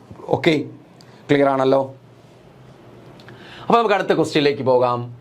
Impact or effects of new economic policy. Impact or effects of new economic policy. എന്തായത്? നമ്മളെ ഈ പുത്തൻ സാമ്പത്തിക നയത്തിന്റെ ഇമ്പാക്റ്റ് എന്താണ്, ഇഫക്ട്സ് എന്താണെന്ന് പറയുകയാണ്. Impact or effects of new economic policy. Okay, നോക്കിയാലോ? അപ്പോൾ എന്താണ്ടേ impact or effects of new economic policy, new economic പോളിസിയുടെ സ്വാധീനം എന്താണെന്ന് പഠിക്കുക. നോക്കാം. അപ്പോൾ ഇതിന് ഓർക്കുക, പോസിറ്റീവ് ഇഫക്ട്സും ഉണ്ട്, നെഗറ്റീവ് ഇഫക്ട്സും ഉണ്ട്. ന്യൂ ഇക്കണോമിക് പോളിസിക്ക് എന്തുണ്ട്? പോസിറ്റീവ് ഇഫക്ട്സും ഉണ്ട്, നെഗറ്റീവ് ഇഫക്ട്സ്. അതായത് LPGക്ക്. അപ്പോൾ എങ്ങനെയാണ് പോസിറ്റീവ് ഇഫക്ട്സ് നമ്മൾ നോക്കുകയാണ്. ഒന്ന്, ഇക്കണോമിക് ഗ്രോത്തിൽ GDPയിൽ ഇതിൻ്റെ ഇഫക്റ്റാണ് പോസിറ്റീവ് ഇഫക്റ്റ്. എന്താണെന്ന് നോക്കാം. അതായത് GDPയെ എങ്ങനെയാണ് പുത്തൻ സാമ്പത്തിക നയം സ്വാധീനിച്ചതെന്ന് പറയുകയാണ്. നോക്കാം. Post 1991 India witnessed a rapid growth in GDP on a continual basis for 2 decades. The growth rate of GDP increased from 5.6% during 1980-81 to 8.2% during 2007-2012. അപ്പോൾ നോക്ക്, ഇക്കണോമിക് ഗ്രോത്ത്, ഈ ഇക്കണോമിക് റിഫോംസിന്റെ ഫലമായിട്ട്, ന്യൂ ഇക്കണോമിക് പോളിസിയുടെ ഫലമായിട്ട് GDP വർദ്ധിച്ചു എന്ന് നോക്കാം. പോസ്റ്റ് 1991 1991 ശേഷം ഇന്ത്യ, പോസ്റ്റ് 1991 ഇന്ത്യ 1991 ശേഷമുള്ള ഇന്ത്യ വിറ്റ്നസ്, സാക്ഷ്യം വഹിച്ചു. എന്തിനാണ്? റാപ്പിഡ് ഗ്രോത്ത് ഇൻ GDPയിൽ എന്താണ്? വളരെ വേഗത്തിലുള്ള ഒരു വളർച്ചയ്ക്ക് സാക്ഷ്യം വഹിച്ചു. അതിന് കാരണം എന്താണ്? എന്തിൻ്റെ ഇഫക്റ്റാണ്? ന്യൂ ഇക്കണോമിക് പോളിസിയുടെ ഇഫക്റ്റാണ്. എങ്ങനെയാണ്? ഓൺ എ കണ്ടിന്യൂൽ ബേസിസ്, തുടർച്ചയായിട്ടുള്ള വളർച്ചയാണ്. ഫോർ 2 decades, ഏകദേശം 2 ദശാബ്ദക്കാലം എന്ത് ചെയ്തു? നമ്മുടെ GDP ഇങ്ങനെ കണ്ടിന്യൂസ് ആയിട്ട് വർദ്ധിച്ചു. The growth rate of GDP increased from 5.6% during 1980-81 1980-81 എന്ന് വെച്ചാൽ 91 ഇക്കണോമിക് റിഫോംസിന് മുമ്പല്ലേ. അപ്പോൾ ഇക്കണോമിക് റിഫോംസിന് മുമ്പ് 80-81 ആ ഒരു ഡീക്കേഡ് എടുത്ത് നോക്കിയാൽ നമുക്ക് മനസ്സിലാകും നമ്മുടെ ആനുവൽ ഗ്രോത്ത് റേറ്റ് ജസ്റ്റ് 5.6% ആയിരുന്നു. എന്നാൽ അത് 2007-12 അല്ലേ, 2007-2012 ആ കാലഘട്ടം എടുത്ത് നോക്കിയാൽ നമുക്കറിയാൻ പറ്റും 8.2%. എത്രയായിട്ട് വർദ്ധിച്ചു? 8.2% നമ്മുടെ വർദ്ധിക്കുകയാണ്. നമ്മുടെ എക്കണോമിക് ഗ്രോത്ത് വർദ്ധിച്ചു. 5.6 നിന്നും 8.2% ആയിട്ട് 2007-2012 കാലഘട്ടമായപ്പോഴേക്കും നമ്മുടെ എന്ത് വർദ്ധിച്ചു? GDP ഗ്രോത്ത് റേറ്റ് വർദ്ധിച്ചു. അപ്പോൾ അതെന്താണ്? 5.6 റിഫോംസിന് മുമ്പ് ജസ്റ്റ് 5.6 ആയിരുന്നത് 2007-2012 പീരീഡിൽ 8.2% ആയിട്ട് വർദ്ധിച്ചു. അപ്പോൾ അത് GDP ഗ്രോത്ത് അല്ലേ കാണിക്കുന്നത്? അത് ഇക്കണോമിക് റിഫോംസിൻ്റെ ഒരു പോസിറ്റീവ് ഇഫക്റ്റ് ആണ്. ക്ലിയർ ആണല്ലോ? ഓക്കെ. അടുത്ത നോക്ക്, ഫോറിൻ ഇൻവെസ്റ്റ്മെന്റ് എന്താണ് ഇഫക്റ്റ്? അപ്പോൾ ഇതൊക്കെ കൃത്യമായിട്ട് എവിടെ പറയുന്നുണ്ട്? ഇമ്പാക്റ്റ് NCERTയുടെ +1 ടെക്സ്റ്റിൽ കൃത്യമായിട്ട് പ്രതിപാദിക്കുന്നുണ്ട്. +1 ലിബറലൈസേഷൻ, പ്രൈവറ്റൈസേഷൻ, ഗ്ലോബലൈസേഷൻ എന്ന് പറയുന്നൊരു പാഠമുണ്ട്. അതിൽ കൃത്യമായിട്ട് ഇമ്പാക്റ്റ് ഓഫ് ഇക്കണോമിക് റിഫോംസ് പറയുന്നുണ്ട്. അപ്പോൾ അതുകൊണ്ട് കൃത്യമായിട്ട് എക്സാമിന് ഈ മേഖലയിൽ നിന്ന് ക്വസ്റ്റ്യൻസ് വരും. അപ്പോൾ ഫോറിൻ ഇൻവെസ്റ്റ്മെന്റിൽ എന്താണ് impact? After new economic policy 1991, after new economic policy 1991, the FDA has grown from $100 million to $80 billion by 2024. അപ്പോൾ നോക്ക്, foreign investment after new economic policy 1991, 91 new economic പോളിസിക്ക് ശേഷം ദ FDI എന്ന് വെച്ചാൽ ഫോറിൻ ഡയറക്റ്റ് ഇൻവെസ്റ്റ്മെന്റ്. രണ്ട് തരം foreign investment ആണുള്ളത്. ഞാൻ നേരത്തെ പറഞ്ഞിട്ടുണ്ടോ എന്ന് അറിയാൻ വയ്യ. ഒന്ന് FDI വിദേശ നിക്ഷേപം, ഒന്ന് FDI ഫോറിൻ ഡയറക്റ്റ് ഇൻവെസ്റ്റ്മെന്റ്. മറ്റൊന്ന് എന്താണ്? FII foreign institutional investment. ഒരു രാജ്യത്തിന് ഏറ്റവും കൂടുതൽ അത്യാവശ്യം എന്താണ്? നല്ലത് ഏതാണ്? FDI ആണ്. രണ്ടും നല്ലതാണ്. കൂടുതലും എന്താണ്? FDI. അതായത് വിദേശികൾ വന്ന് ഇവിടെ വന്ന് കമ്പനികൾ ആരംഭിക്കുന്നു, അല്ലെങ്കിൽ നമ്മുടെ കമ്പനികൾ ടേക്ക് ഓവർ ചെയ്യുന്നു. ഇതെന്താണ്? ഓഹരി നിക്ഷേപമാണ്. അവരെന്ത് ചെയ്യുന്നു? കുറേ കാലം നിക്ഷേപിക്കുന്നു, നമ്മുടെ ഓഹരികളുടെ വില കൂടുന്നു, വിറ്റിട്ട് പോകുന്നു, വീണ്ടും നിക്ഷേപിക്കുന്നു. അതാണ്. അപ്പോൾ ഇങ്ങനെ രണ്ട് തരം നിക്ഷേപങ്ങളാണ് നമ്മുടെ രാജ്യത്ത് വരുന്ന വിദേശ നിക്ഷേപം. അതിൽ FDI എന്താണ്? റിഫോംസിന് ശേഷം FDI ഹാസ് ഗ്രോൺ, FDIയിൽ വളർച്ചയുണ്ടായി. ഫ്രം എത്രയിൽ നിന്ന്? $100 million, $100 million ആയിരുന്ന നമ്മുടെ വിദേശ നിക്ഷേപം 91 വെറും $100 million ഉണ്ടായിരുന്നുള്ളൂ. അത് എത്രയായിട്ട്? $80 billion by 2024. എത്രയായിട്ട്? 2024 ഇപ്പോൾ എത്രയാണ്? $80 billion. മില്യൺ അല്ല, ഉണ്ടോ? $80 billion ആയിട്ട് വർദ്ധിച്ചു അല്ലേ? ഏകദേശം 8,000 കോടിയോളം $8,000 കോടി ആയിട്ട് എന്ത് ചെയ്തു? ഇത് വർദ്ധിച്ചു. അപ്പോൾ 2024 അപ്പോൾ വെറും $100 million നിന്നും $80 billion ആയിട്ട് എന്ത് ചെയ്തു? 2024 നമ്മുടെ ഫോറിൻ ഡയറക്റ്റ് ഇൻവെസ്റ്റ്മെന്റ് വർദ്ധിച്ചു. Now India has become the preferred investment destination in sectors such as telecom, IT and infrastructure. അപ്പോൾ now India has become a preferred investment destination. ഇന്ന് വിദേശികൾ പ്രിഫർ ചെയ്യുന്ന, വിദേശ നിക്ഷേപകർ പ്രിഫർ ചെയ്യുന്ന ഒരു ഡെസ്റ്റിനേഷനായിട്ട്, ഇൻവെസ്റ്റ്മെന്റ് ഡെസ്റ്റിനേഷനായിട്ട് ആര് മാറി? ഇന്ത്യ മാറി. പർട്ടിക്കുലർലി ഇൻ ഏതൊക്കെ ഏരിയാസിൽ? ടെലികോം രംഗത്ത്, IT രംഗം, ഇൻഫ്രാസ്ട്രക്ചർ. അപ്പോൾ ടെലികോം, IT, ഇൻഫ്രാസ്ട്രക്ചർ ഇന്ത്യയിൽ വളരെ വേഗം അല്ലെങ്കിൽ ഏറ്റവും കൂടുതൽ ഫോറിൻ ഡയറക്റ്റ് ഇൻവെസ്റ്റ്മെന്റ് നേടുന്ന ഒരു മേഖലകളാണ് ടെലികോം, IT, അതുപോലെ ഇൻഫ്രാസ്ട്രക്ചർ. ഈ മേഖലകൾ വലിയ നിക്ഷേപമാണ്, ഫോറിൻ ഇൻവെസ്റ്റ്മെന്റ് ആണ് ഇന്ത്യയിലേക്ക് വന്നിട്ടുള്ളത്. ഇതും ഒരു പോസിറ്റീവ് ഇഫക്റ്റ് അല്ലേ? ഇത് നമ്മുടെ ഇക്കോണമിയെ ഓപ്പൺ ചെയ്തതിന്റെ ഫലമായിട്ട്, നമ്മുടെ ലിബറലൈസേഷന്റെ ഫലമായിട്ട്, അൺനെസറി ആയിട്ടുള്ള റെസ്ട്രിക്ഷൻസ് എടുത്തു കളഞ്ഞതിന്റെ ഫലമാണ് ഇതെന്ന് പറയുന്നത്. ക്ലിയർ ആണല്ലോ? അടുത്തത്, ന്യൂ ഇക്കണോമിക് പോളിസി പോസിറ്റീവായിട്ട് അഫക്ട് ചെയ്ത മറ്റൊരു മേഖലയാണ് ഫോറിൻ എക്സ്ചേഞ്ച് റിസർവ്, വിദേശ നാണ്യ ശേഖരം. നമുക്ക് നോക്കാം. After the new economic policy, foreign exchange reserves have Raisan from $6 billion in 1991 to $700 billion by 2024. അപ്പോൾ നോക്ക്, ഒരു ചെറിയ വർധനമാണോ നോക്കിയാണ്ടേ? ആഫ്റ്റർ ദ ന്യൂ ഇക്കണോമിക് പോളിസിക്ക് ശേഷം foreign exchange reserves have Raisan, നമ്മുടെ വിദേശ നാണ്യ ശേഖരം അല്ലേ? വിദേശ നാണ്യത്തിന്റെ ശേഖരം എന്ന് പറയുന്നത് ഹാവ് റൈസൺ, വർദ്ധിച്ചിട്ടുണ്ട്. എത്രയിൽ നിന്നും? $6 billion in 1991, 1991 വെറും $6 billion ആയിരുന്നത് എത്രയായിട്ട് വർദ്ധിച്ചു? ടു ഓവർ $700 billion, $700 billion ആയിട്ട് വർദ്ധിച്ചു എന്ന് 2024. $700 billion ചെറിയ വർധനമാണോ? $6 billion എന്താണ്? $700 billion ആയിട്ട് വർദ്ധിച്ചു. അപ്പോൾ ഇത് കാണിക്കുന്നത് നമ്മുടെ ന്യൂ ഇക്കണോമിക് പോളിസിയുടെ ഒരു പുരോഗതിയാണ്, വലിയ പുരോഗതിയാണ്. ഏറ്റവും കൂടുതൽ സ്വാധീനം ചെലുത്തിയ ഒരു മേഖലയാണ് ഫോറിൻ എക്സ്ചേഞ്ച് റിസർവിന്റെ മേഖല എന്ന് പറയുന്നത് അല്ലേ? അപ്പോൾ $6 billion ആയിരുന്നു, എത്രയായിട്ട് വർദ്ധിച്ചു? $700 billion ആയിട്ട് വർദ്ധിച്ചു. നിങ്ങൾ ആ ടെക്സ്റ്റ് നോക്കിക്കഴിഞ്ഞാൽ അതിനകത്ത് കുറച്ചുകൂടി പഴയ ഡേറ്റയാണ് കൊടുത്തേക്കുന്നത് കേട്ടോ. നിങ്ങൾ ആ ടെക്സ്റ്റ് റെഫർ ചെയ്യുന്ന സമയത്ത് അതിനകത്ത് കൊടുത്തിരിക്കുന്നത് എനിക്ക് തോന്നുന്നു 2015 16 ഉള്ള ഡേറ്റയാണ് കൊടുത്തേക്കുന്നത്. നമുക്ക് അത് പോരല്ലോ, ഇപ്പോഴത്തെ കുറച്ചുകൂടി അപ്ഡേറ്റ് ചെയ്താണ് ബാക്കി 24 ഞാൻ ഉൾപ്പെടുത്തിയേക്കുന്നത് കേട്ടോ. India is one of the largest foreign exchange reserve holders in the world. India is one of the largest foreign exchange reserve holders in the world. ഇന്ന് ലോകത്ത് ഏറ്റവും കൂടുതൽ വിദേശ നാണ്യശേഖരമുള്ള രാജ്യങ്ങളിൽ ഒന്നാണ് ഏത്? ഇന്ത്യ എന്ന് പറയുന്നത്. അതുപോലെ ചൈന, അങ്ങനെയുള്ള വളരെ കുറച്ച് രാജ്യങ്ങളേ ഉള്ളൂ. അതിൽ ഒരു രാജ്യമാണ് ആര്? ഇന്ത്യ എന്ന് പറയുന്നത്. അപ്പോൾ അതുകൊണ്ടാണ് നമുക്കൊരു സ്റ്റെബിലിറ്റി, ഇക്കണോമിക് സ്റ്റെബിലിറ്റി ഉള്ളത്. അടുത്ത നോക്ക്, എക്സ്പാൻഷൻ ഓഫ് പ്രൈവറ്റ് സെക്ടർ. ആരുടെ വികാസം? സ്വകാര്യ മേഖലയുടെ വികാസം. മറ്റൊരു പോസിറ്റീവ് ഇഫക്റ്റ് ആണ്. After 1991 private sector companies began to dominate sectors such as telecom, aviation, banking and retail. നമുക്ക് കാണാൻ സാധിക്കും 91 ശേഷം private companies began to dominate sectors. നമ്മുടെ സ്വകാര്യ മേഖല, സ്വകാര്യവൽക്കരണം, നമ്മുടെ സ്വകാര്യ മേഖലയ്ക്കായിട്ട് നമ്മുടെ ഇക്കോണമിയെ തുറന്നിട്ട് കൊടുത്തു അല്ലേ? അപ്പോൾ ഒരു ഇന്നത്തെ കാലഘട്ടത്തിൽ നമ്മൾ കാണുന്നത് ഒരു ഡോമിനേഷൻ ഓഫ് പ്രൈവറ്റ് സെക്ടർ ആണ്. നമ്മുടെ ഇക്കോണമിയിൽ എന്ത് ചെയ്തു? പ്രൈവറ്റ് സെക്ടറിന്റെ ഒരു മേധാവിത്വം കാണാൻ സാധിക്കും. പ്രത്യേകിച്ച് ഏതൊക്കെ ഏരിയാസിൽ? ടെലികോമിൽ അല്ലേ, നമ്മുടെ വാർത്താവിനിമയ രംഗത്ത്, ഏവിയേഷൻ അല്ലേ, വ്യോമയാന രംഗത്ത്, ബാങ്കിങ് രംഗത്ത്, അതുപോലെ റീറ്റെയിൽ രംഗത്ത് നമുക്ക് എന്ത് കാണാൻ സാധിക്കും? ഒരു പ്രൈവറ്റ് ഡോമിനേഷൻ. നമുക്ക് ഇപ്പോൾ റീറ്റെയിൽ രംഗത്ത് എന്താണ്? ഒരുപാട് സൂപ്പർ അല്ലെ ഹൈപ്പർ മാർക്കറ്റുകൾ, ലുലുമാൾ പോലുള്ള ഒരുപാട് ഹൈപ്പർ മാർക്കറ്റുകൾ, ഇനിയും അതിനേക്കാൾ വലിയ ഹൈപ്പർ മാർക്കറ്റുകൾ, അതുപോലെ എന്താണ് ഈ പറയുന്ന റീറ്റെയിൽ ശൃംഖലകൾ, ചെയിൻ ഓഫ് റീറ്റെയിൽ സെയിൽസ് ഒക്കെ എന്താണ് വന്നുകൊണ്ടിരിക്കുകയാണ്. അപ്പോൾ ഇതാണ് expansion of private sector. Expansion of private sector. അടുത്ത റൈസ് ഇൻ എക്സ്പോർട്സ്. എക്സ്പോർട്ടിലുള്ള വർധനവ്. എന്താ ഉദ്ദേശിക്കുന്നത്? After the new economic policy India's exports also rose. ഇന്ത്യയുടെ കയറ്റുമതിയും വർദ്ധിച്ചു. India's share in the world exports rose from negligible 0.5% in 1991 to around 2.5% today.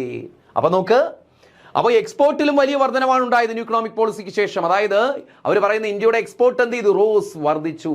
From negligible 0.5% in 1991, 1991 വളരെ കുറഞ്ഞ 0.5% world എക്സ്പോർട്സിൽ, ലോക ആഗോള എക്സ്പോർട്സിൽ ഇന്ത്യയുടെ എക്സ്പോർട്ട് എത്രയുള്ളായിരുന്നു? ജസ്റ്റ് 0.5% ആയിരുന്നു. എന്നാൽ അത് ടുഡേ ഇന്ന് 2.5% ആയിട്ട് വർദ്ധിച്ചു. ഏകദേശം 2% വർധനവ് നമ്മുടെ എക്സ്പോർട്ടിൽ ഉണ്ടായിരിക്കുന്നു. ഇനി അത് വീണ്ടും വർദ്ധിക്കും. കാരണം നമുക്കറിയാം ഇന്നത്തെ എന്താണ് കണ്ടംപററി ആയിട്ടുള്ള വാർത്തകൾ വരുന്നത് എന്താണ്? അമേരിക്കയുമായിട്ടുള്ള വ്യാപാര കരാറിൽ നമ്മൾ സൈൻ ചെയ്തിരിക്കുന്നു എന്നാണ് വാർത്ത വരുന്നത് അല്ലേ?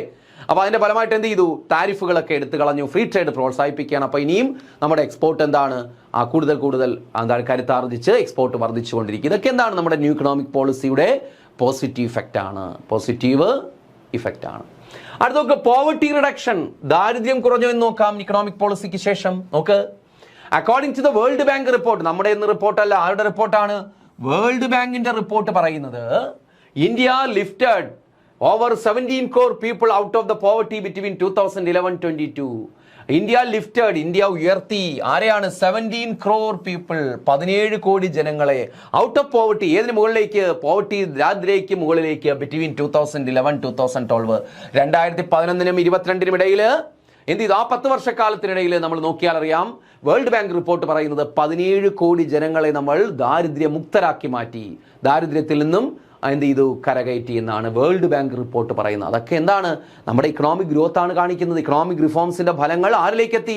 ഇക്കണോമിക് ഗ്രോത്തിന്റെ ഫ്രൂട്ട്സ് ആരിലേക്ക് എത്തി? പാവപ്പെട്ടവരിലേക്ക് എത്തി. അതല്ലേ കാണിക്കുന്നത്.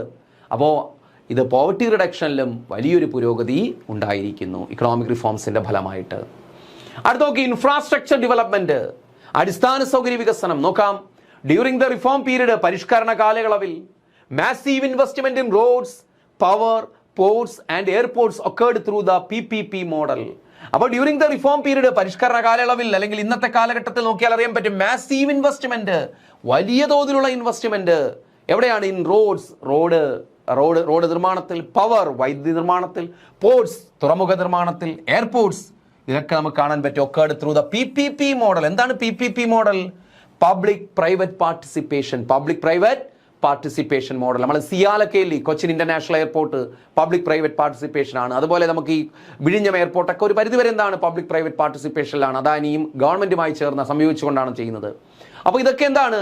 PPP മോഡലിലാണ്. അപ്പോൾ ഗവൺമെന്റിന്റെ കയ്യിൽ ഫണ്ട് ഇല്ലാത്തതുകൊണ്ട് അതിന് ഫണ്ടിങ് നടത്താൻ കഴിവുള്ള സ്വകാര്യ മേഖലയെ കൂടി എന്ത് ചെയ്തു? നമ്മൾ ഏറ്റെടുത്തു, അല്ലെങ്കിൽ അവരെ കൂടി ഇങ്ങോട്ട് വിളിച്ചുകൊണ്ട് നമ്മൾ എന്ത് ചെയ്യുന്നു?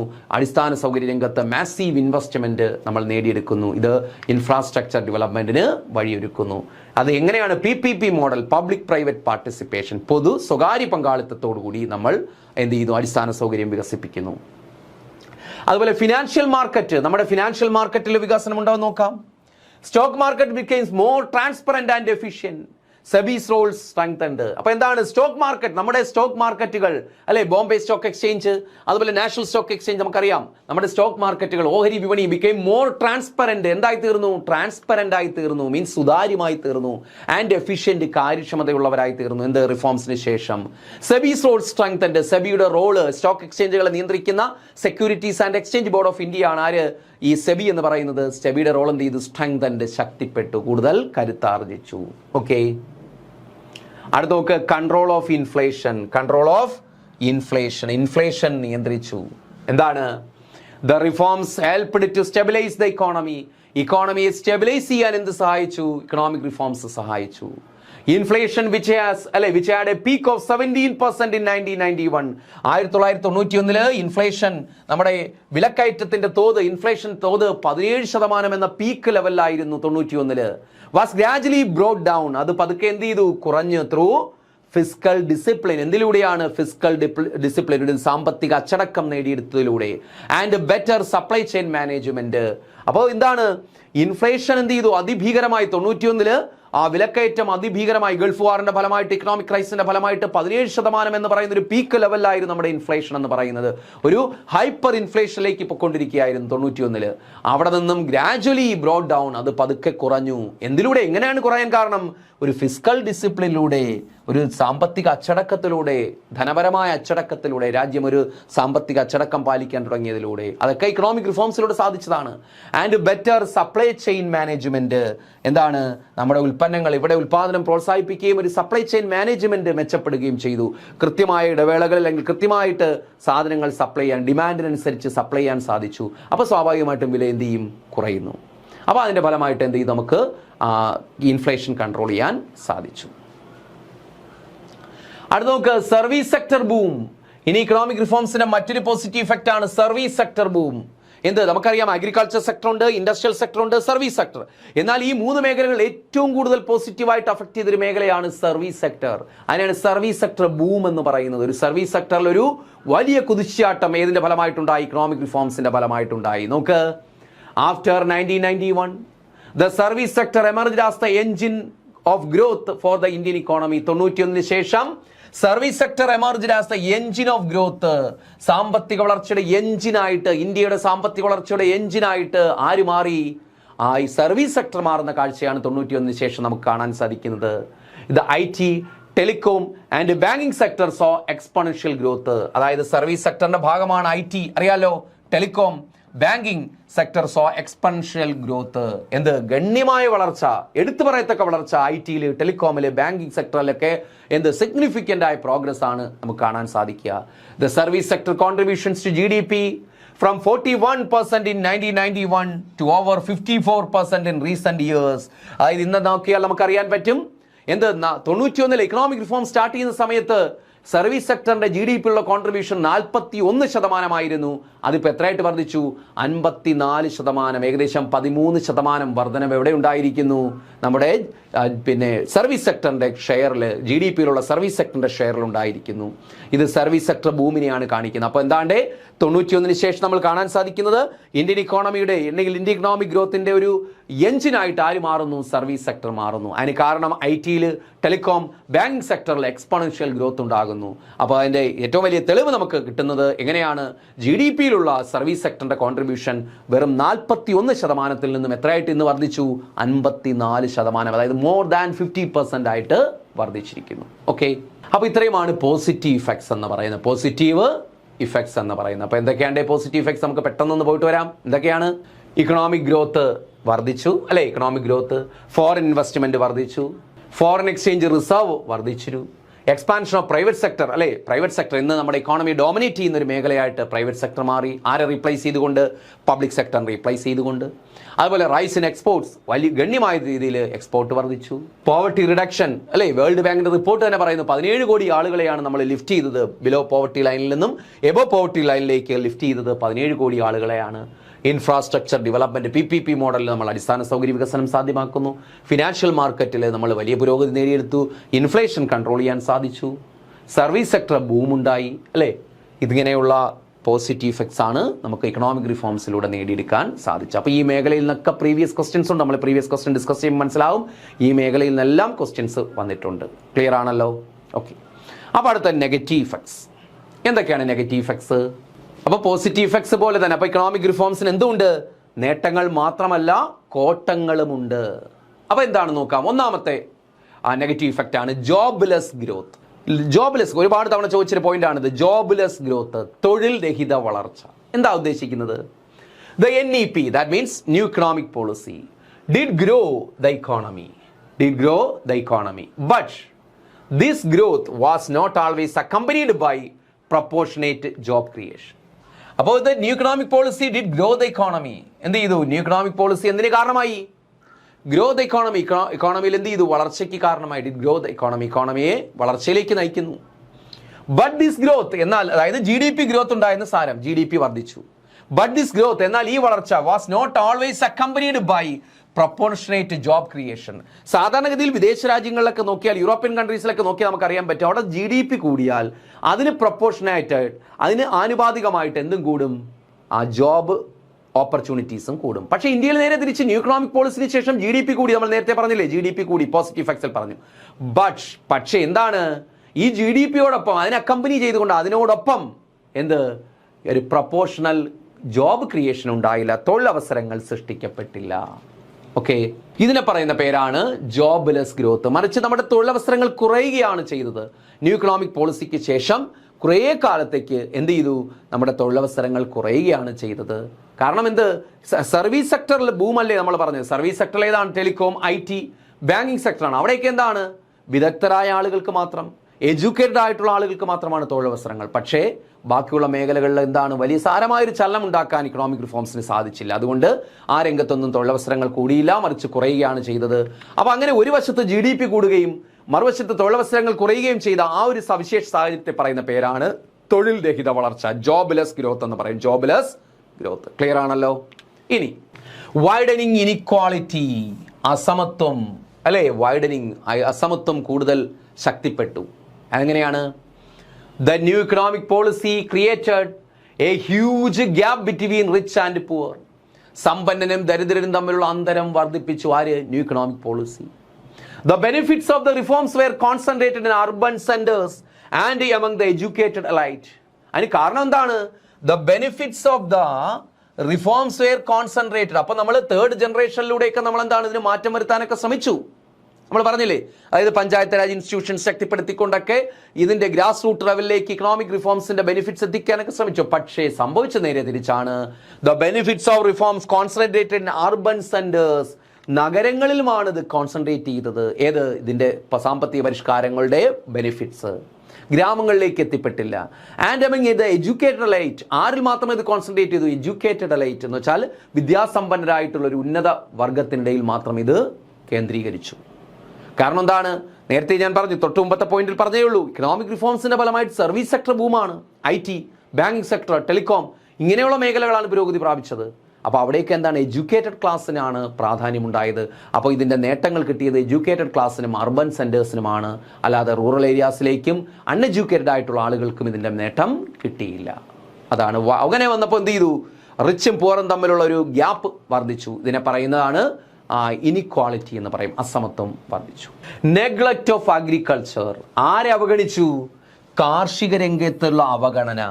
ഇക്കണോമിക് റിഫോംസ് ആരെ കണ്ടില്ല? പിന്നെ അഗ്രികൾച്ചർ സെക്ടറിന് യാതൊരു പരിഗണനയും കൊടുത്തില്ല. അതിൻ്റെ ഫലമായിട്ട് കാർഷിക രംഗത്ത് എന്ത് ചെയ്തു? വളർച്ച റിഫോംസിന് ശേഷം കൂടുകയല്ല, മറിച്ച് കുറയുകയാണ് ചെയ്തത്. അപ്പോൾ പിന്നെ ഏറ്റവും കൂടുതൽ ഇക്കണോമിക് റിഫോംസ് കൊണ്ട് ഏറ്റവും കൂടുതൽ സഫർ ചെയ്ത മേഖല എന്ന് ചോദിച്ചാൽ അത് ഏതാണ്? അഗ്രികൾച്ചർ സെക്ടറാണ്, കാർഷിക മേഖലയാണ്. നോക്കാം നമുക്ക്. Reforms have not been able to benefit agriculture. Reforms have not been able to benefit agriculture. കാർഷിക മേഖലയിൽ ഒരു പുരോഗതി കൊണ്ടുവരാൻ ഏതിന് സാധിച്ചില്ല? അഗ്രികൾച്ചർ സെക്ടറിന് സാധിച്ചില്ല. ന്യൂ ഇക്കണോമിക് പോളിസിക്ക്, കാർഷിക രംഗത്ത് ഒരു പുരോഗതി കൊണ്ടുവരാൻ ന്യൂ ഇക്കണോമിക് പോളിസിക്ക് സാധിച്ചില്ല. Where growth rate has been decelerated. Accelerate ചെയ്യുകയല്ല, കാർഷിക രംഗത്തെ ഡീസലറേറ്റ്, വളർച്ച പിന്നോട്ട് പോവുകയാണ് ചെയ്തത്, വളർച്ച കുറയുകയാണ് ചെയ്തത്.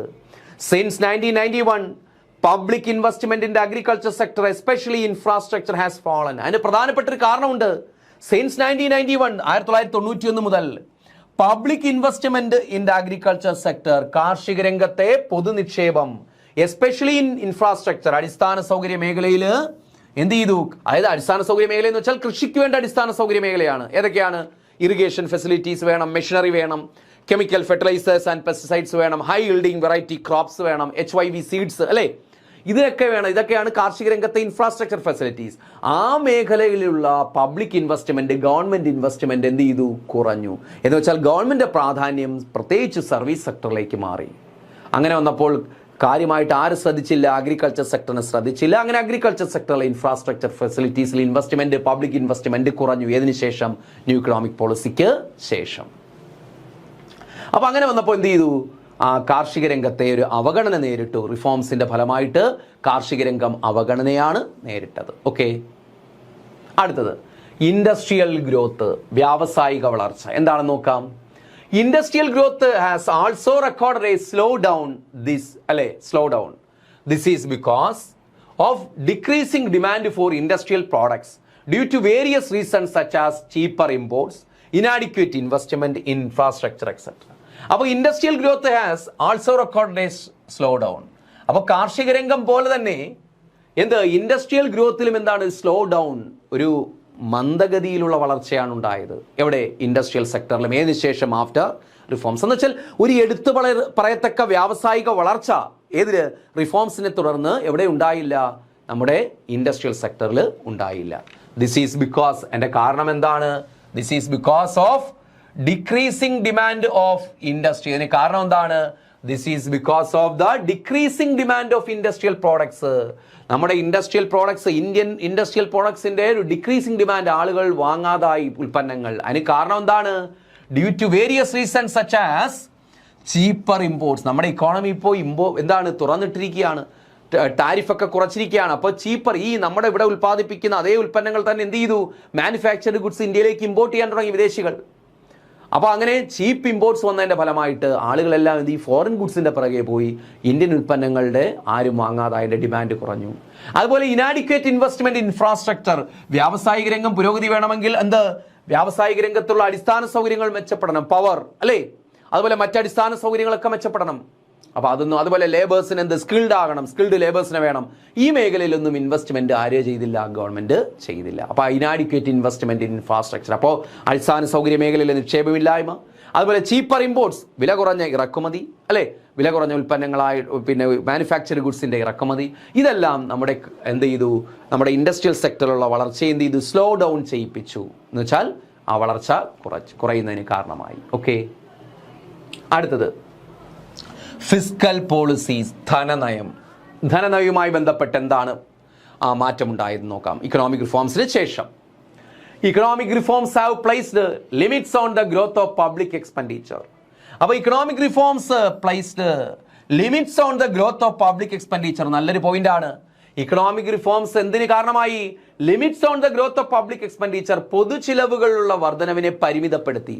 അതായത് മറ്റു മേഖലകളിലേക്കുള്ള പൊതുചിലവ്, ഗവൺമെന്റ് ഇൻവെസ്റ്റ്മെന്റ് എന്ത് ചെയ്തു? കുറയ്ക്കാൻ. പ്രത്യേകിച്ച് നമ്മൾ നേരെ പറഞ്ഞു അഗ്രികൾച്ചർ സെക്ടറിൽ, അതുപോലെ മറ്റ് അടിസ്ഥാന സൗകര്യ വികസനങ്ങളിൽ ഈ മേഖലയിലുള്ള പൊതുനിക്ഷേപം ലിമിറ്റ് ചെയ്തു. ആര്? Economic reforms. Especially social sectors, പ്രത്യേകിച്ച് എവിടേക്കുള്ള നിക്ഷേപം? സോഷ്യൽ സെക്ടേഴ്സിൽ. എന്ന് വെച്ചാൽ ഗവൺമെന്റിന്റെ ശ്രദ്ധ ഈ സോഷ്യൽ സെക്ടേഴ്സിൽ നിന്ന് മറ്റു മേഖലകളിലേക്ക് കൺവേർട്ട് ചെയ്യപ്പെട്ടു. അപ്പോൾ സോഷ്യൽ സെക്ടർ അവഗണിക്കപ്പെട്ടു. എന്നുവെച്ചാൽ നമ്മുടെ എഡ്യൂക്കേഷൻ, ഹെൽത്ത്, അതാണ് ഉദ്ദേശിക്കുന്നത്. സോഷ്യൽ സെക്ടേഴ്സ്, എഡ്യൂക്കേഷൻ, ഹെൽത്ത്, അതുപോലെ ആളുകൾക്കുള്ള സോഷ്യൽ ബെനിഫിറ്റ്സ് ഉണ്ടല്ലോ, ഈ ക്ഷേമ പെൻഷനുകൾ, ഇതിലൊക്കെ ശ്രദ്ധിക്കാതായി. അങ്ങനെ പബ്ലിക് എക്സ്പെൻഡിച്ചർ കുറഞ്ഞു. ഇതാണ് ഗവൺമെന്റിന്റെ ആ കാലഘട്ടത്തിലെ ഒരു നയം. ഫിസ്ക്കൽ പോളിസി മീൻസ് ഗവൺമെന്റ് നയമാണ്, ഗവൺമെന്റ് ഒരു നയമായിരുന്നു അത്. ഇനി tax reductions in the reform period. ഇനി ഗവൺമെന്റ് ഫിസ്ക്കൽ പോളിസിക്ക് ഒരു മറ്റൊരു എക്സാമ്പിൾ പറയുകയാണ്. Tax reductions in the reform period. Reform പീരീഡിൽ നികുതി കുറച്ചത് അതൊരു ഫിസ്ക്കൽ പോളിസിയാണ്. നികുതി കുറച്ചു റിഫോംസിന്റെ ഭാഗമായിട്ട്. Aimed at yielding larger revenue and curb tax evasion have not resulted in increase in tax revenue for the government. അപ്പോൾ ഗവൺമെന്റ് എന്ത് ചെയ്തു? ആ സമയത്ത് റിഫോം പീരീഡിൽ കൂടുതൽ aiming at yielding larger revenue, aimed at, അതായത് റിഡക്ഷൻ. അപ്പോൾ tax reduction in the reform period government എന്ത് ചെയ്തു? ടാക്സ് റെഡ്യൂസ് ചെയ്തു. റിഫോം പീരീഡിൽ നികുതി കുറച്ചു. പ്രത്യേകിച്ച് നമ്മൾ പഠിച്ചതാണ്, പിന്നെ കോർപ്പറേറ്റ് ടാക്സ്, ഇൻകം ടാക്സ്, അല്ലെ, എക്സൈസ് ഡ്യൂട്ടി, കസ്റ്റംസ് ഡ്യൂട്ടി, ഇതൊക്കെ കുറച്ചു. എന്ത് ലക്ഷ്യം വെച്ചുകൊണ്ടാണ്? Aimed at yielding larger revenue, കൂടുതൽ വരുമാനം ഈൽഡ് ചെയ്യുക. കാര്യം നികുതി നിരക്ക് കുറയ്ക്കുമ്പോൾ ആളുകളെല്ലാം നികുതി അടയ്ക്കും എന്നുള്ള ധാരണയിൽ അങ്ങനെ ഉയർന്ന നികുതി വരുമാനം ഈൽഡ് ചെയ്യാം, നേടിയെടുക്കുക എന്ന ലക്ഷ്യം. അതുപോലെ മറ്റൊരു ലക്ഷ്യം ഉണ്ടായിരുന്നു, കാർബ് ടാക്സ് ഇവാഷൻ, നികുതി വെട്ടിപ്പുകൾ തടയുക. അപ്പോൾ നികുതി വെട്ടിപ്പ് തടയുക, നികുതി വരുമാനം ഉയർത്തുക എന്ന ലക്ഷ്യത്തോടു കൂടി ടാക്സ് നമ്മൾ റെഡ്യൂസ് ചെയ്ത് കൊടുത്തു. അതെന്ത് ചെയ്തു? Have not resulted in increasing tax revenue or the government. ഇത് ഉദ്ദേശിച്ച ഫലം കണ്ടില്ല, ഗവൺമെന്റ് ഉദ്ദേശിച്ച ഫലം കണ്ടില്ല. എന്ന് വെച്ചാൽ എന്താണ്? നികുതി വെട്ടിപ്പ് കുറഞ്ഞതുമില്ല, ഉയർന്ന വരുമാനം കിട്ടിയതും ഇല്ല. അങ്ങനെ ടാക്സ് റവന്യൂ വർദ്ധിപ്പിക്കുക എന്നുള്ള ഗവൺമെന്റ് ഉദ്ദേശം അവിടെ നടന്നില്ല, അല്ലെ? Have not resulted increase in tax revenue for the government. Further, കൂടാതെ the tariff reduction also curtailed the scope for raising revenue through customs duties. Tariff reduction, നമുക്കറിയാം, ഗ്ലോബലൈസേഷൻ ഒക്കെ പ്രൊമോട്ട് ചെയ്യാൻ വേണ്ടി നമ്മൾ ഇമ്പോർട്ട് ഡ്യൂട്ടി, താരിഫ് കുറച്ചു കൊടുത്തു, export duty, import ഡ്യൂട്ടിയും കുറച്ചു. അങ്ങനെ tariff reduction also curtailed means കുറച്ചു. എന്താണ് കുറച്ചത്? Scope for raising revenue through customs duty. Customs ഡ്യൂട്ടിയിലൂടെ, കാര്യം എക്സ്പോർട്ട് ഇമ്പോർട്ട് ചെയ്യുമ്പോഴുള്ള നികുതിയാണ് കസ്റ്റംസ് ഡ്യൂട്ടി, ആ കസ്റ്റംസ് ഡ്യൂട്ടിയിലൂടെ വരുമാനം ഉയർത്തുക എന്ന ലക്ഷ്യവും ഇല്ലാതായി. കാര്യം എന്താണ്? ഇപ്പോൾ താരിഫും കുറച്ചു കൊടുത്തു. അപ്പോൾ ഇതാണ് അന്നത്തെ ഒരു ധനനയം, ഗവൺമെന്റ് പോളിസിയുമായി ബന്ധപ്പെട്ട്. അപ്പോൾ ആ ഗവൺമെന്റിന്റെ ഇക്കണോമിക് റിഫോംസിന് തുടർന്നെടുത്ത ആ ഒരു ഫിസ്ക്കൽ പോളിസീസിലും ഒരു ഉദ്ദേശിച്ച ഫലം നമുക്ക് നേടിയെടുക്കാൻ സാധിച്ചില്ല. അപ്പോൾ ഫിസ്ക്കൽ പോളിസി, ആ സമയത്ത് ഫിസ്ക്കൽ പോളിസിയിലൂടെയും നമുക്കൊരു നെഗറ്റീവ് ഇഫക്റ്റ് ആണ് ഉണ്ടായത്. ആ ഫിസ്ക്കൽ പോളിസി കൊണ്ടുവന്ന എന്തിനാണ്? ന്യൂ ഇക്കണോമിക് പോളിസിയുടെ ഭാഗമായിട്ടാണ് ഫിസ്ക്കൽ പോളിസി ഏറ്റെടുത്തത്. അതായത് ടാക്സ് കുറയ്ക്കുക, ടാക്സ് റേറ്റ് കുറയ്ക്കുക, ടാക്സ് ഇവാഷൻ, നികുതി വെട്ടിപ്പ് തടയുക, ഇതിനൊക്കെ വേണ്ടി. അതുപോലെ പബ്ലിക് ഇൻവെസ്റ്റ്മെന്റ് കുറച്ചത്, ഇതൊക്കെ അന്നത്തെ ഫിസ്ക്കൽ പോളിസിയാണ്. പക്ഷേ അതിൻ്റെ ഫലം, പ്രതീക്ഷിച്ച ഫലം, നെഗറ്റീവ് ഇഫക്റ്റ് ആണ് ഉണ്ടായത്. ഓക്കെ, ഇത്രയുമാണ് impact of new economic policy. അപ്പോൾ നമ്മൾ ഇന്നത്തെ ക്ലാസ്സിൽ പ്രധാനമായിട്ടും എന്താണ്? Generations of economic reforms. First generation, അല്ലേ, 91 മുതൽ 2000 വരെ നമ്മൾ നോക്കി. അതിൻ്റെ ഭാഗമായിട്ട് നമ്മൾ പറഞ്ഞു, അതിൻ്റെ ഫോക്കസ് നമ്മൾ പറഞ്ഞു മാക്രോ ഇക്കണോമിക് സ്റ്റെബിലൈസേഷനും അതുപോലെ എന്താണ് ലിബറലൈസേഷനും പ്രൈവറ്റൈസേഷനും ഗ്ലോബലൈസേഷനുമാണെന്ന് പറഞ്ഞു. അതിൻ്റെ ഭാഗമായിട്ടുള്ള പ്രധാനപ്പെട്ട പരിഷ്കാരങ്ങളെല്ലാം നമ്മൾ ഡിസ്കസ് ചെയ്തു. പിന്നെ എന്താണ് സെക്കൻഡ് ജനറേഷൻ? 2000 മുതൽ 2014 വരെയാണ് സെക്കൻഡ് ജനറേഷൻ എന്ന് പറയുന്നത്. ആ കാലഘട്ടത്തിലെ പ്രധാനപ്പെട്ട അതിൻ്റെ ഫോക്കസ് നമ്മൾ പറഞ്ഞു, അല്ലേ, സ്ട്രക്ചറൽ റിഫോംസ് ആണെന്ന് പറഞ്ഞു. സ്ട്രക്ചറൽ റിഫോംസ് ആണ് ഈ കാലഘട്ടത്തിൻ്റെ ഏറ്റവും വലിയ പ്രത്യേകത എന്ന് പറഞ്ഞു. അപ്പോൾ അതിൻ്റെ പരിഷ്കാരങ്ങളെന്ന് പറഞ്ഞു ചില legal framework, first generation of റിഫോംസിന് ഒരു ലീഗൽ ഫ്രെയിം വർക്ക് കൊടുക്കുകയായിരുന്നു സെക്കൻഡ് ജനറേഷനിൽ. തേർഡ് ജനറേഷൻ എന്ന് പറയുന്നത് 2014 മുതൽ ഈ കാലഘട്ടം വരെ ഇപ്പം നടന്നുകൊണ്ടിരിക്കുന്ന ഒരു ജനറേഷൻ ഓഫ് ഇക്കണോമിക് റിഫോംസ് ആണിത്. അവിടെയൊക്കെ എന്താണ് പിന്നെ ഒരുപാട് മാറ്റങ്ങൾ, അല്ലേ, ഒരുപാട്, അതായത് ഈ പറയുന്ന ഇക്കണോമിക് റിഫോംസിൻ്റെ ഫലങ്ങൾ ജനങ്ങളിലേക്ക് എത്തിക്കുക, അതിനുവേണ്ട പരിഷ്കാരങ്ങളാണ് മൂന്നാമത്തെ ജനറേഷനിൽ നമ്മൾ പറഞ്ഞത്. പിന്നെ നമ്മൾ ലാസ്റ്റ് വൺ പറഞ്ഞു impact of new economic policy, അതിൻ്റെ പോസിറ്റീവ് ഇഫക്ട്സും നെഗറ്റീവ് ഇഫക്ട്സും പറഞ്ഞു. അപ്പോൾ ഈ മേഖലകളിൽ നിന്നെല്ലാം ക്വസ്റ്റ്യൻസ് വരും. അപ്പോൾ ഒന്നും സ്കിപ്പ് ചെയ്യരുത്. അപ്പോൾ ക്ലാസ് എന്ന് പറയുമ്പോൾ നമ്മൾ എന്താണ് ഈ ഒരു മേഖല എന്ന് പറയുമ്പോൾ അല്പം ബോറിംഗ് ആയിട്ടുള്ള, കുറച്ച് പേർക്കെങ്കിലും കുറച്ച് ബോറിംഗ് ആയിട്ടുള്ള ഒരു ഏരിയ ആണ്. പക്ഷേ വളരെ ഇമ്പോർട്ടൻ്റ് ഈ PSC ക്വസ്റ്റ്യൻസിൽ പ്രധാനപ്പെട്ടൊരു മേഖലയാണ് ന്യൂ ഇക്കണോമിക് പോളിസി അല്ലെങ്കിൽ ഇക്കണോമിക് റിഫോംസ് എന്ന് പറയുന്നത്. അപ്പോൾ ഇതിൽ നിന്ന് ക്വസ്റ്റ്യൻസ് വരും. അപ്പോൾ ക്ലാസ് കേട്ട് നോട്ട്സ് എഴുതിയെടുത്ത് പഠിച്ചാൽ മാത്രമേ ഇതിൽ നിന്ന് ഏത് ക്വസ്റ്റ്യൻസും അറ്റൻഡ് ചെയ്യാൻ പറ്റൂ. ഓക്കെ, അപ്പോൾ നമുക്ക് നെക്സ്റ്റ് ക്ലാസ്സിൽ കാണാം. Okay, thank you.